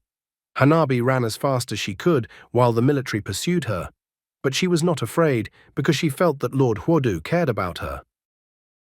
While Shu Bohan was away, Jiang Weng decided to take action. Liu Chengfeng, who was trapped in a cocoon of vines, was still making futile attempts to get out. He finally realized that this attack was aimed at him. Therefore, using his weapon, he fiercely declared not to be underestimated. He even called himself the commander at this point, though he quickly corrected himself, as he was only the deputy commander. However, at this moment, some of the vines retreated to the sides, forming a small passage like a door. In this passage, a figure appeared. From the dazzling light, Liu Chengfeng could not see who it was. As soon as the guy walked forward, the passage of vines started to slowly close behind him. Jiang Weng quickly noticed that Liu Chengfeng had a jellyfish armor item that belonged to Wang Ai. He even joked that the apple didn't fall far from the tree. Liu Chengfeng was still trying to figure out who appeared in front of him. Jiang Weng replied that he was his father. As it turned out, Jiang Weng quickly wrapped a piece of cloth around his face. Although his features were quite visible and recognizable, Liu Chengfeng quickly noticed that the unknown guy was wearing a collar, which meant that the guy in front of him was one of the infected people. Liu Chengfeng started yelling at the guy, noting that the guy was so brave since he decided to attack him. However, Jiang Weng no longer wanted any more sounds to come out of Liu Chengfeng's vile mouth. Therefore, he kicked Liu Chengfeng with his foot. But Liu Chengfeng had jellyfish armor, so he was able to defend himself from this kick. He still thought he was the commander, even though he was actually the deputy. Liu Chengfeng even grinned, thinking that an infected person wouldn't be able to break through the jellyfish armor since the jellyfish armor was an absolute defense that couldn't be broken. However, at this moment, one of the golden crow flew towards him and used a fire attack. Liu Chengfeng cried out in pain as he didn't expect it at all. Jiang Weng grabbed the jellyfish armor with his hands and tried to peel it off Liu Chengfeng, arrogantly noting that his absolute defense was pathetic compared to Gara. After all, Gara could cover an entire Konoha village with its sand, and a little thing like jellyfish armor isn't even enough to cover Liu Chengfeng's body. Liu Chengfeng couldn't understand what other Konoha village the guy was referring to. After he removed the jellyfish armor from Liu Chengfeng's body, he declared to him that from now on, the jellyfish armor belonged to him. After that, he even arrogantly declared that Liu Chengfeng, without his armor, was just an empty space. Seeing Jiang Weng swing to strike him, Liu Chengfeng squealed in fear. Completely undeterred, Jiang Weng struck Liu Chengfeng with his fist shrouded in jellyfish armor. He declared that their time was too short, therefore he demanded answers to his 3 questions. Jiang Weng clarified that Liu Chengfeng had to answer honestly, or else he would be in trouble. Although what he was really worried about was that the guards would arrive soon. Jiang Weng demanded Liu Chengfeng to answer about who was his boss, who was running things behind the scenes. Despite the beatings, Liu Chengfeng refused to give any information about his boss. So the first thing he did was to call the guards for help, shouting at the top of his voice that a riot had started. Jiang Weng didn't like Liu Chengfeng's response, and with a slight movement of his hand, he sent Liu Chengfeng to lie on the ground some more. Standing over him, as if showing him who was in charge in this situation, he demanded an answer to the second question. He was curious about the purpose of stealing organs and causing mutations. Liu Chengfeng spoke up this time, informing him that it was about experiments and that more monster organs were needed for experiments. After that, he even asked the guy not to beat him up anymore. But at this moment, he received another leg kick from Jiang Weng. Liu Chengfeng didn't understand why the guy hit him this time. After all, he had honestly answered the guy's question. Not stopping there, Jiang Weng announced that it was time for the third question. He was dissatisfied with the fact that the infected people in Xiangyu were fighting alongside the military against the monsters. He wondered why the infected people, who were supposed to be considered colleagues of the military, were being treated horribly. Although Liu Chengfeng was incredibly hurt, he couldn't hold back his laughter after hearing the guy's question. He stated that they were infected people, and infected people were tools and materials. Besides, the infected had to turn into monsters anyway. Jiang Weng was astonished after the words that flew out of Liu Chengfeng's mouth. He found that there was not even a shadow of shame in Liu Chengfeng's eyes for what he had done. Liu Chengfeng was sincere in his answer, so the guy thought it was hopeless. After this response from Liu Chengfeng, the guy didn't hold back and beat him up properly. Golden Crow reminded him that if they beat Liu Chengfeng like this, they would never be able to find out anything from him, which meant they wouldn't be able to recognize the main person in the scheme who was behind all this mayhem. However, picking up Liu Chengfeng's phone from the ground, Jiang Weng said that there was nothing wrong with it, as everything was going according to plan. The guy reminded her that Liu Chengfeng was just calling a customer, so all they have to do is check Liu Chengfeng's phone and find out who the customer is. Looking into Liu Chengfeng's phone, Jiang Weng and Golden Crow were surprised. Liu Chengfeng had listed the customer in the phone as the most respected leader. The guy was amazed at what a sycophant Liu Chengfeng really was. The guy was angry but wanted to follow the plan. He decided to call the customer back to elicit everything he needed. After that, he dialed the phone number of the most respected leader. After waiting for several phone beeps, an unknown man finally answered his call. Meanwhile, Hanabi continued to run away from Shubohan and the rest of the military. The girl openly mocked them. She stated that they didn't stand a chance of catching her, and after she recommended that they catch the wind after her, she jumped straight into the sea. Shu Bohan got out of the car and was extremely displeased that the monster had escaped into the sea. He realized that she had planned all of this in advance. Shu Bohan refused to give up on this, angrily declaring that he was obligated to catch the monster today. Whereupon his left hand glowed, as if the runic inscriptions written on his hand had lit up. The subordinate was surprised that Shu Bohan was willing to use his ability right now. Shu Bohan refused to hold back and activated his weapon, Whispering Hunger. Hanabi was sailing as far away from the military as possible at full speed and with a good mood, when suddenly she was caught up by the attack of Whispering Hunger's weapon. Hanabi was trying to figure out what was even happening right now. However, at that moment, a literal hole appeared in the sea, as if someone had swallowed up the water within a certain area. With his Whispering Hunger weapon, Shu Bohan tried to catch Hanabi. The subordinate had seen all of this so many times before, but was still shocked by what he saw this time. However, Shu Bohan was not amused, he was extremely annoyed, and his stomach rumbled. The subordinate extremely disliked the side effect of the Whispering Hung weapon when the user's stomach started to ache. Shu Bohan stated that he could restrain himself and then told the subordinate to go see what happened to the enemy. Hanabi, who was underwater, looked fearfully at a part of her hair that had literally disappeared as if someone had eaten it. She realized that just a little bit more, and she could die. The subordinate looked in the direction of the monster. He noted that the monster was still alive and well, and even had a new hairstyle, and that Shu Bohan was a loser. Shu Bohan became furious at his words. Holding his stomach with his last strength, he decided to try using Whispering Hung once more. However, his subordinate rightly pointed out to him that he would definitely shit his pants then. Hanabi came out of her stupor, not wanting to hesitate any longer. She swam away from Shu Bohan at full speed. Shu Bohan appeared incredibly upset by the incident. However, they didn't have to be sad for long, as they suddenly heard a mysterious melody coming from somewhere. At the same instant, someone began to appear from the water. That someone was Lord Ju Ming. Shu Bohan was incredibly surprised to see Ju Ming now. His subordinate and the rest of the military weren't thrilled about the encounter either. Meanwhile, Jiang Weng was surprised when he heard the voice that came from the phone, for this voice seemed familiar to him. At the same moment, the guards began to approach the vine's cocoon. They knew that Liu Chengfeng was inside the vine's cocoon. Realizing that the guards had already arrived at the place, Jiang Weng decided that it was a good time to escape. But he couldn't escape quietly, as one of the guards spotted him. Running away from the many guards who were now chasing him, Jiang Weng pondered over what had just happened. He wasn't completely sure if his assumption was correct. He still had one more step to go, and then he would be able to take out the customer. If he was caught now, then everything would be ruined.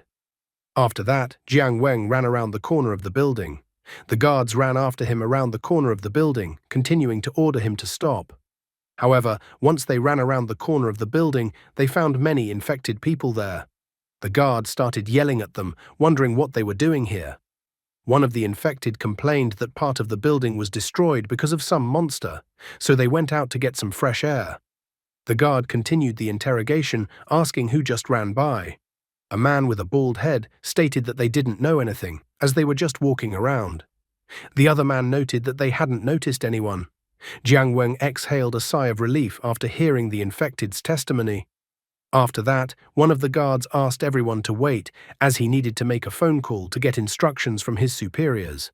After that, he made a phone call and reported that one of the infected was at the scene with Liu Chengfeng, and that this infected had mingled with the crowd. Hearing the report, the unknown person who is the customer for the organ case told the security guard to grab everyone. The guard immediately announced that all the infected should line up in a row. He then ordered that all the infected be placed one by one in isolation cells so that all infected would be tested. Realizing that things were not going well, Jiang Weng told Golden Crow to urgently pass a note to Shuji's mom in the store. He even further specified that it should be done as soon as possible. The guy realized that there was a race against time coming up. He was going to see if he would kill the customer or if the customer would die by his hand. Golden Crow was quick to point out that it was the same thing. Meanwhile, Shu Bohan continued his introduction to Ju Ming. After all, Lord Juming himself, number YC0283, appeared in front of him. The same Juming from the Four-Monster War 10 years ago. Xu Bohan didn't expect to see him here at all. After all, he remembered that Juming had been severely injured during the Battle of the Four Monsters. He wondered if Juming had recovered his strength. The subordinate admitted that he had read information about Juming in the archives, and that he was a demonic-level monster that used 9 sets of sound waves as weapons, and singing one of them could cause people to hallucinate. After that, the subordinate told the others to immediately cover their ears to prevent themselves from losing their minds. At that moment, one of the military men ran up to him and threw a sword at him. Now the subordinate was faced with a dilemma, for if he covered his ears, he would not be able to fight, and if he fought, he would not be able to cover his ears. In the end, he pushed his doubts aside, deciding that all that remained was mortal combat, until his mind was consumed by darkness. He was actually the commander of Xiang Yu's 3rd Special Squad, Gu Lingcheng. His weapon of choice was the ice blade. However, at this moment, Xu Bohan intervened. He stated that there was no need to die in vain, as Gu Lingcheng would not be able to do any significant damage to Juming. Would Xu Bohan in his current state be able to resist Juming, or would Xiang Yu lose another commander? Xu Bohan told his subordinates that he would detain Juming, and all subordinates should immediately return to Xiang Yu and prepare for the highest level of threat. Xu Bohan himself rolled up the shirt sleeve of his left arm, preparing to use his whispering hunger weapon once again. However, Gu Lingcheng quickly assessed the situation, realizing that Xu Bohan would not be able to deal with Juming alone. However, Xu Bohan himself knew very well that he could not handle Juming, but he confidently declared for Gu Lingcheng to act according to his order. Gu Lingcheng did not dare to disobey the order, so as if for the last time, he glanced at Xu Bohan. After that, he and the rest of the subordinates rushed towards the cars to the sound of the tune Juming was making. Running up to the car, Gu Lingcheng said that he would definitely return as soon as possible to help Xu Bohan. Therefore, he asked if Xu Bohan could hold out until he arrived with reinforcements. The proud Xu Bohan was left alone against Juming, while his subordinates got into their cars and drove as far away from this place as possible. Xu Bohan was well aware that his situation was quite unfortunate. Juming calmly allowed Xu Bohan's subordinates to leave the area, and did not even interfere in any way. The monster only gave Xu Bohan a disdainful glance, noting that they were only human beings. However, Xu Bohan, standing from his last strength in front of Juming, declared that the monster should not underestimate humans. After a while, someone arrived at Xiang Yu, telling the guards to open the gate immediately. As soon as the gate opened, Gu Lingcheng and the rest of his subordinates appeared from behind it. Gu Lingcheng announced a red alert. He then told them to report the situation to the Southern District headquarters. To another team, he told them to immediately call all the nearby task force captains. Another team of subordinates he told to immediately go to the research institute and take all the abnormal weapons they could find there. The subordinates scattered, trying to fulfill Gu Lingcheng's order as quickly as possible. Even past the cell where Jiang Weng was sitting, the military also started to run past. Therefore, Jiang Weng wondered what had even happened. He quickly realized that since there was so much noise, it looked like some strong monster had appeared. The only monster of this level that came to his mind was Juming. Jiang Weng pondered a bit about the current situation, that Juming was currently behaving too actively. He even speculated that if Juming teamed up with that rat in Xiang Yu, things would take a rather unpleasant turn. However, for himself, he decided that it was best to just wait and see what would happen next. He had already sent a note through Golden Crow, and now he could only hope that the other party would read his note and do something about it. Meanwhile, at Zhuji's mom's store, someone knocked insistently on the door. The woman asked the customer to wait and not to worry, as she would open the door for him now.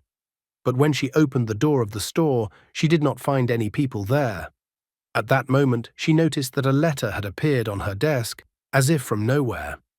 Golden Crow, who was watching the woman from the vent, informed that she had successfully completed her mission, and that the urgent letter dictated by boss Jiang Weng, which she had written in regular font, had been delivered to the addressee. However, once the woman picked up the letter and read who the letter was written from, she couldn't understand why Jiang Weng's handwriting was so ugly. She remembered that her son was in the same dormitory as Jiang Weng, so she wondered what happened to the guys. The woman picked up the phone and called Shang Yu. She asked to speak to the guys, but was told that Xu Jie and Jiang Weng were in solitary confinement and that they needed to be checked. The woman got worried, trying to find out what the guy's condition was, but she never got a clear answer. She then called the prison, but at that moment she was informed that Ling Bo was no longer in the prison. She was surprised that Ling Bo had been released from custody. After hanging up the phone, the woman had no way of understanding what was even going on and why she couldn't contact any of them. The woman started walking in circles, trying to figure out what she should do in such a situation. Just at such an important moment, Ling Bo appeared in front of her store. Holding his raincoat with his right hand, he asked pathetically if there was anything he could do to help her. The woman confessed that she had just called the prison, but the man was no longer there. The man admitted that he swallowed his pride and asked a friend for help, which is why he was released on bail. He also confessed that he was a worthless person, and in jail at least he was provided with food and shelter, so he thought it was a good idea for him to spend the rest of his life in jail. The man remembered the note he received from Jiang Weng. Ling Bo declared that the guy with the dog's head had used booze to trap him. However, after that note from the guy, Ling Bo wanted to know what the scoundrel was up to. After that, he picked up the note to read it. The note told the woman to urgently give this note to Ling Bo and that it was incredibly urgent and related to Xu Jie. Meanwhile, sitting in his cell, Jiang Weng pondered over the upcoming events. He believed that once Ling Bo took the letter, they would easily be able to find out who was behind this series of events. The guy called back the phone number, but he still couldn't find out the identity of the customer. Jiang Weng was upset that the customer was very vigilant and ended the call immediately. But in those few seconds of talking on the phone, the guy managed to make out the background noise that the customer had. He heard the sound of car wheels, and he also heard shouting as the military shouted that Hanabi had appeared and that she needed to be caught immediately. At this moment, Ling Bo was reading the note that Jiang Weng had left behind, and that the one responsible was the one who was leading the pursuit of Flower Spirit this morning. The guy felt that at all costs, they should not let the traitor team up with Zhu Ming. Gu Lingcheng at the same time in Xiangyu ordered all the people to immediately go to the formation. After that, the military men got into their cars and headed towards Shu Bohan. As soon as Gu Lingcheng saw Shu Bohan standing alone in the distance, Gu Lingcheng was greatly surprised. Shu Bohan's face had changed a lot since their last meeting. As he walked, he even chuckled. Even his hair was now disheveled and was no longer licked back. The subordinates didn't even immediately believe that Shu Bohan had appeared in front of them. As soon as the convoy of cars approached Shu Bohan, then Gu Lingcheng got out of the car to talk to Shu Bohan. He was greatly surprised that Shu Bohan was able to survive such a serious situation. However, Shu Bohan informed him that simply Zhu Ming's strength had not fully recovered yet, and that his whispering hunger could absorb even sound waves. Therefore, Shu Bohan stated that Zhu Ming had escaped. However, Gu Lingcheng was not convinced by Shu Bohan's words, and he looked at him suspiciously. After that, he turned to his subordinates and told them to immediately bring a change of pants. He approached Shu Bohan and asked if he needed help changing his pants, and this time Shu Bohan didn't mind such a decision. Shu Bohan, right in front of his subordinates, appeared in shitty pants. At this very time, Ling Bo made a phone call and learned that the officer who had led the pursuit of Flower Spirit this morning was Lieutenant Colonel Shu Bohan. Whether Lieutenant Colonel Shu Bohan was really a traitor. A puzzle gradually began to form in Ling Bo's mind. The burglary is carried out by non-employees and is stopped anytime something goes wrong. Wang Ai then acts as an intermediary, providing information to the freelancers and conducting transactions. He is also the second person to be blamed for any incident. And now, according to the latest information, Shu Bohan has been hiding deep behind the scenes all this time, using his power to bribe those who could be bribed to work for him and make plans. Ling Bo recognized that this whole theory sounded logical, but he still didn't understand why Shu Bohan was in the business of stealing monsters' organs. The woman standing beside him was greatly surprised by this outcome, for she could not believe that Lieutenant Colonel Shu Bohan could be capable of such a thing. Ling Bo immediately turned around and headed towards the exit of the store. He asked the woman to forget about this information, and he urgently needed to go back to the prison because the food there was very good. The woman wasn't so simple either. She immediately began to manipulate Ling Bo. The woman cried that if Ling Bo gave up on them, then Jiang Weng and Xu Jie would have to face such a big and important person alone. She even started sobbing that mothers have such a hard life, really. Her tears made Ling Bo slow down for a moment on her way out of the store. After a while in Xiangyu, the guard said that Xu Jie Y7-64's test results were all normal, so he could leave his cell. The guy was surprised when he was taken out of the cell because he thought he would spend at least a week in solitary confinement, but everything happened so quickly. After that, the guard led him to a telephone. On the other end of the phone line was his mom. The guy immediately said hello to his mom, but was surprised that Ling Bo was also in the store with his mom. Ling Bo stated that they needed to meet immediately to discuss something. Xu Jie didn't understand what was even going on. At the same time, a man who liked to go to the toilets with men asked if the kobold had been placed in solitary confinement. He announced that whoever had allowed the flower spirit to show up was rumored to be a spy. And he also announced that their spy was the assassin who killed Lieutenant Colonel Chu Xian. After that, he approached the cell where Jiang Weng was sitting. Opening the cell, the man announced that the guy with the dog's head, number 7763, was the very spy. However, once they opened the cell doors, it turned out that there was no one in the cell anymore. The guard didn't understand how the guy could have just vanished. Meanwhile, Golden Crow flew behind the corner of the wall. Behind the corner of the wall was Jiang Weng. An alarm was raised in the Xiangyu territory and the guards rushed to find the guy with the dog's head. A gloating smile appeared on Xu Bohan's face because the guy had escaped from the crime, so this was an admission of guilt. He thought that the guy had just forgotten that he still had a collar around his neck.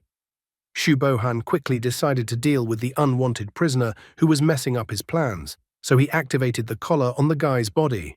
However, Lieutenant Colonel Xu Bohan somehow failed to notice that the collar was lying right at his feet. As soon as he activated the collar, it exploded at his feet, shocking Xu Bohan. Everything around Xu Bohan was covered in smoke, and subordinates rushed to help the lieutenant colonel. Even without Ling Bo's help, Jiang Weng perfectly realized that the person who was behind the scenes was Xu Bohan. Xu Bohan was at the same level as Chu Xian, and he remembered that Xu Bohan was the one who had expressed a desire to go to the restroom together with Chu Xian. Fortunately, the guy had found a way to remove the collar beforehand. Looking at the explosion from the collar, he nervously touched his neck where the collar used to be. The guy remembered that the first reason why he decided to kill Liu Chengfeng was of course to avenge Xu Ji, but the second reason was that he could remotely control the collar of any infected person to initiate an electric shock, meaning he had a universal controller. After thinking about this situation for a bit, the guy came to the conclusion that he had a prejudice after being reborn. And he kept thinking that he would find the locksmith outside. But in fact, the lock was right in front of him, and this lock could only be opened by the head of Xiangyu. He was even smiling economically, wondering what Xu Bohan thought, whether he had defeated him. The subordinates tried to clear away the smoke and put out the remnants of the flames from the explosion. However, they soon noticed Xu Bohan, who was covered in tattered clothes and without an arm, reminding them of the prisoner's escape. Right in front of his subordinates, he attempted to recover part of his face and his entire left side. If Gustavo Fring had such a weapon, then he would have survived. The subordinates were shocked to see such a transformation of Xu Bohan in front of them. He inquired if they had seen what had just happened. Hearing no reply, he put his index finger to his mouth and informed them that they should keep this secret quiet. His left side turned into a giant bloodthirsty mouth, and he activated Whispering Hunger. In an instant, the subordinates beside him were swallowed by the Whispering Hunger's giant maw. The other subordinates ran towards the sound of the explosion to see what had even happened there. They arrived at Xu Bohan, whose figure was hidden behind the smoke. In the same instant, the smoke cleared and Xu Bohan emerged from it, his body fully recovered, as if nothing bad had happened to him and he had simply forgotten to put on his clothes. He gave orders to immediately find and capture the guy with the dog's head. As it turned out, Xu Bohan was behind all the monster organ thefts, and he had already managed to team up with Zhu Ming. Xu Bohan once again reiterated that the kobold was a traitor for his subordinates to hear. He also said that the kobold had not escaped from Xiang Yu yet, so the subordinates should find it immediately and not miss any corner where it could hide. The subordinates split into groups and rushed to search the entire area. Jiang Weng still hadn't escaped anywhere, but was still standing around the corner, and the guards still didn't notice him. He told Golden Crow to pave the way for them. She should attract attention and then hide from the crowd. Yoshi gladly accepted the given task. They needed to hurry, so the guy took up a starting position, preparing to run. At the same time, Shuji was in shock, shouting loudly while doing so. The guard was indignant, reminding him that it was forbidden to make noise. Ling Bo had managed to arrive in Xiangyu and was now sitting in the infected reception room together with Shujie. Shujie was shouting so much in surprise because he couldn't believe that Lieutenant Colonel Shu Bohan was the mastermind behind all these disgusting events in Xiangyu. He didn't understand how such a thing was even possible. However, Ling Bo had directly stated that Lieutenant Colonel Shu Bohan was the main culprit. He believed that they should only bring him in, and then everything would fall into place. The man also recalled that Jiang Weng was currently in solitary confinement and could die at any moment, and also that they are the only ones who can save him. Ling Bo admitted that he had already arranged everything with Shujie's mother. Therefore, once they start acting, there would be no turning back. He wanted to still continue his speech, but Shujie would not listen any further, saying that they must save Jiang Weng. Sighing, Ling Bo announced that they needed to escape from this place first. Suddenly, Shujie grabbed the man by the collar, yelling at him that he was treating him like a captain, and the man declared that he wanted to be his father. Ling Bo began to slightly make excuses. The guard was indignant, pointing his finger at them and curling up that any fighting was forbidden. Ling Bo's face was covered in cold sweat, for he thought the guy was really mad at him. But Shujie asked Ling Bo to take the chance he had so conveniently arranged. Ling Bo instantly turned around to the guard, who had approached them, and punched him in the face with his fist. Ling Bo was quite a sturdy man, as his punch caused the guard to lose consciousness. The man was even glad that it was done. Walking out the door of the infected people's reception room, they found no one. Shujie shared that Xiangyu had been understaffed recently, which would play into their hands. However, even so, pretty soon their actions would be discovered. Guy reminded them that the isolation room was on the 3rd floor underground, so they needed to hurry up. So Ling Bo and Shujie ran towards the isolation room. After a while, they were already riding peacefully in the elevator. Ling Bo tried to remind Shujie of their conversation in the room, and the fact that Shujie had said he wasn't going to call him his father. But Shujie asked him to shut up about it. After arriving at the right floor, they ran out of the elevator. Shujie also reminded again that they needed to hurry up. Quite quickly, they arrived at the closed Area 1. They were trying to catch their breath when the guy pointed out that Jiang Weng should be locked inside. Shujie came up with a plan whereby he would go first. If they met the guards, he would distract the guards, and Ling Bo would have to rescue Jiang Weng. The new father candidate felt that such a plan was too dangerous for Shujie and that they needed to come up with another plan. Shujie felt that they didn't have time to come up with a new plan and that he would definitely have to save Jiang Weng. Therefore, he felt that they needed to hurry up. Just at this time, Shujie and Ling Bo ran past Jiang Weng. All three of them were very surprised to meet each other in such a place, so there was an awkward pause.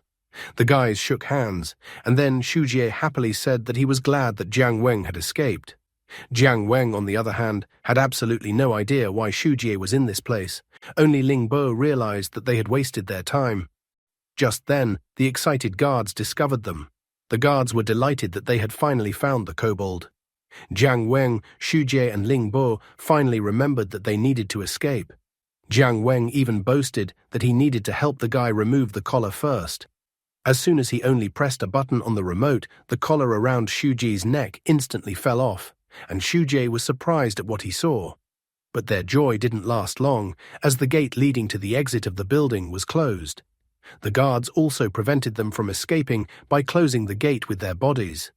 In an instant, they found themselves surrounded by numerous guards. Calling everyone by number, as well as Ling Bo, the guard stated that they were surrounded. The head guard demanded that they surrender immediately and stop their attempt to escape from the guarded area. Jiang Weng sadly admitted that he had completely underestimated the Xiangyu task force and gotten the others into trouble. Shujie couldn't do anything to help, so he was upset about the situation. Ling Bo, who had only recently bailed out of jail, was also upset. He even asked the others to think about the fact that if they surrendered now, at most they would be accused of escaping from Xiangyu. And due to his connections, the man believed that he could buy the necessary time. Therefore, he believed that there was no way they should attack the guards, because after that, the charges against them would be greatly aggravated. He remembered that if the infected were openly attacking soldiers, those infected could be immediately recognized as mutated and destroyed on the spot. However, Shujie reminded the man that if Shu Bohan caught them now, he would definitely kill them. The guy coughed slightly as they stood there looking at the numerous guards that surrounded them. Tired of waiting any longer, the main guard ordered to catch all the intruders. But in that instant, the wall behind the guards was destroyed, causing the guards to be thrown aside. Jiang Weng, Shu Jie, and Ling Bo looked in that direction, trying to figure out what had even happened.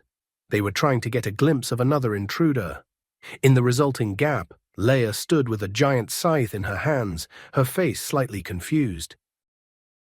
One day during Leia's childhood, the mother of one infected girl requested that she and her daughter be moved to another room and as far away from Leia as possible. She believed that her daughter had come to Xiangyu for quarantine and to be treated, not to jump into a bonfire. The girl looked at the man with a smug look. The woman couldn't understand how anyone could live in the same room as Leia. She felt that even their illness would not worsen, it could still affect their lives greatly. 10 years ago, Leia was 7 years old. Even then, other people shunned her. One day one of the guards asked another guard why they didn't put anyone in a particular room, and only one girl lived there, even though all the other rooms were full. The second guard reminded him that he was new here and that he must be wondering who was living in that room. Then he told him that the devil spawn, Leia, lived in this room. All this time Leia was as if in total darkness, alone with herself. One day a bright light did come into the room where Leia lived. The girl entered the room, smugly wondering if the place she would now be living in was here. In the center of the room sat Leia, who was extremely hostile towards the girl. The girl was not the least bit frightened by her menacing face. She began to examine Leia from all sides. The girl admitted that Leia was quite famous among the infected. She had also heard that the girl was incredibly scary, but after looking at her, she concluded that she was just an ordinary child. The girl even noticed that although she was 7 years old, she was about 2 centimeters shorter than her. Leia continued to stare menacingly at the girl as if she was about to eat her. However, the girl was not the least bit afraid of her. Giving her a big smile, she announced that she was 8 years old and that her name was Deshan. Since she was a year older than her, she thought she would be the boss now. Leia was still extremely negative towards her. However, the girl proudly announced that she wasn't joking at all, and that she had even brought something good. After that, she pulled out a can of Coca-Cola from her briefcase. She announced that with the help of beer and ice, a real rite of passage could be arranged for her to become the boss. The girl proudly announced that she would be the boss and that Leia would be her right hand. So after the rite of passage to become a boss, their relationship would be stronger than iron. However, the disappointed girl informed her that what she had in her hand was actually Coca-Cola. She finally admitted that she asked for a beer, but the vendor kicked her out. The girl thought that with Coke, the initiation could also be passed, since it would be the same with ice anyway. After that, the tin can of Coca-Cola was opened and drunk. One day they came to the dining room, where one boy was telling the others that he had heard that a girl was sharing a room with Leia. The other children were incredibly startled by his words. The boy wondered if there was any difference at all between living in the same room as Leia and going straight into the monster's lair. However, at that moment, Deshan appeared behind him and was extremely displeased with his words. The other people immediately turned their attention to her. Deshan told everyone to disperse, informing them that the Demacious sisters had arrived. Everyone immediately noticed that it was Leia and the new girl. Deshan said menacingly that if anyone dared to offend or nag Leia, then the Demacia sisters would make that person repent, and they would definitely not get away with anything. Leia was no longer that formidable girl, and a smile even appeared on her face. She also joined Deshan in declaring that the offender would pay. What happened in Leia's childhood that left such a deep mark in her soul that was stronger than loneliness? And why does she blame herself so much? And that's all for today. Thank you very much for watching the video. If you would like to see a sequel, please like, subscribe to the channel, and leave your wishes in the comments. You can also subscribe to Telegram to know about new videos. Bye everybody.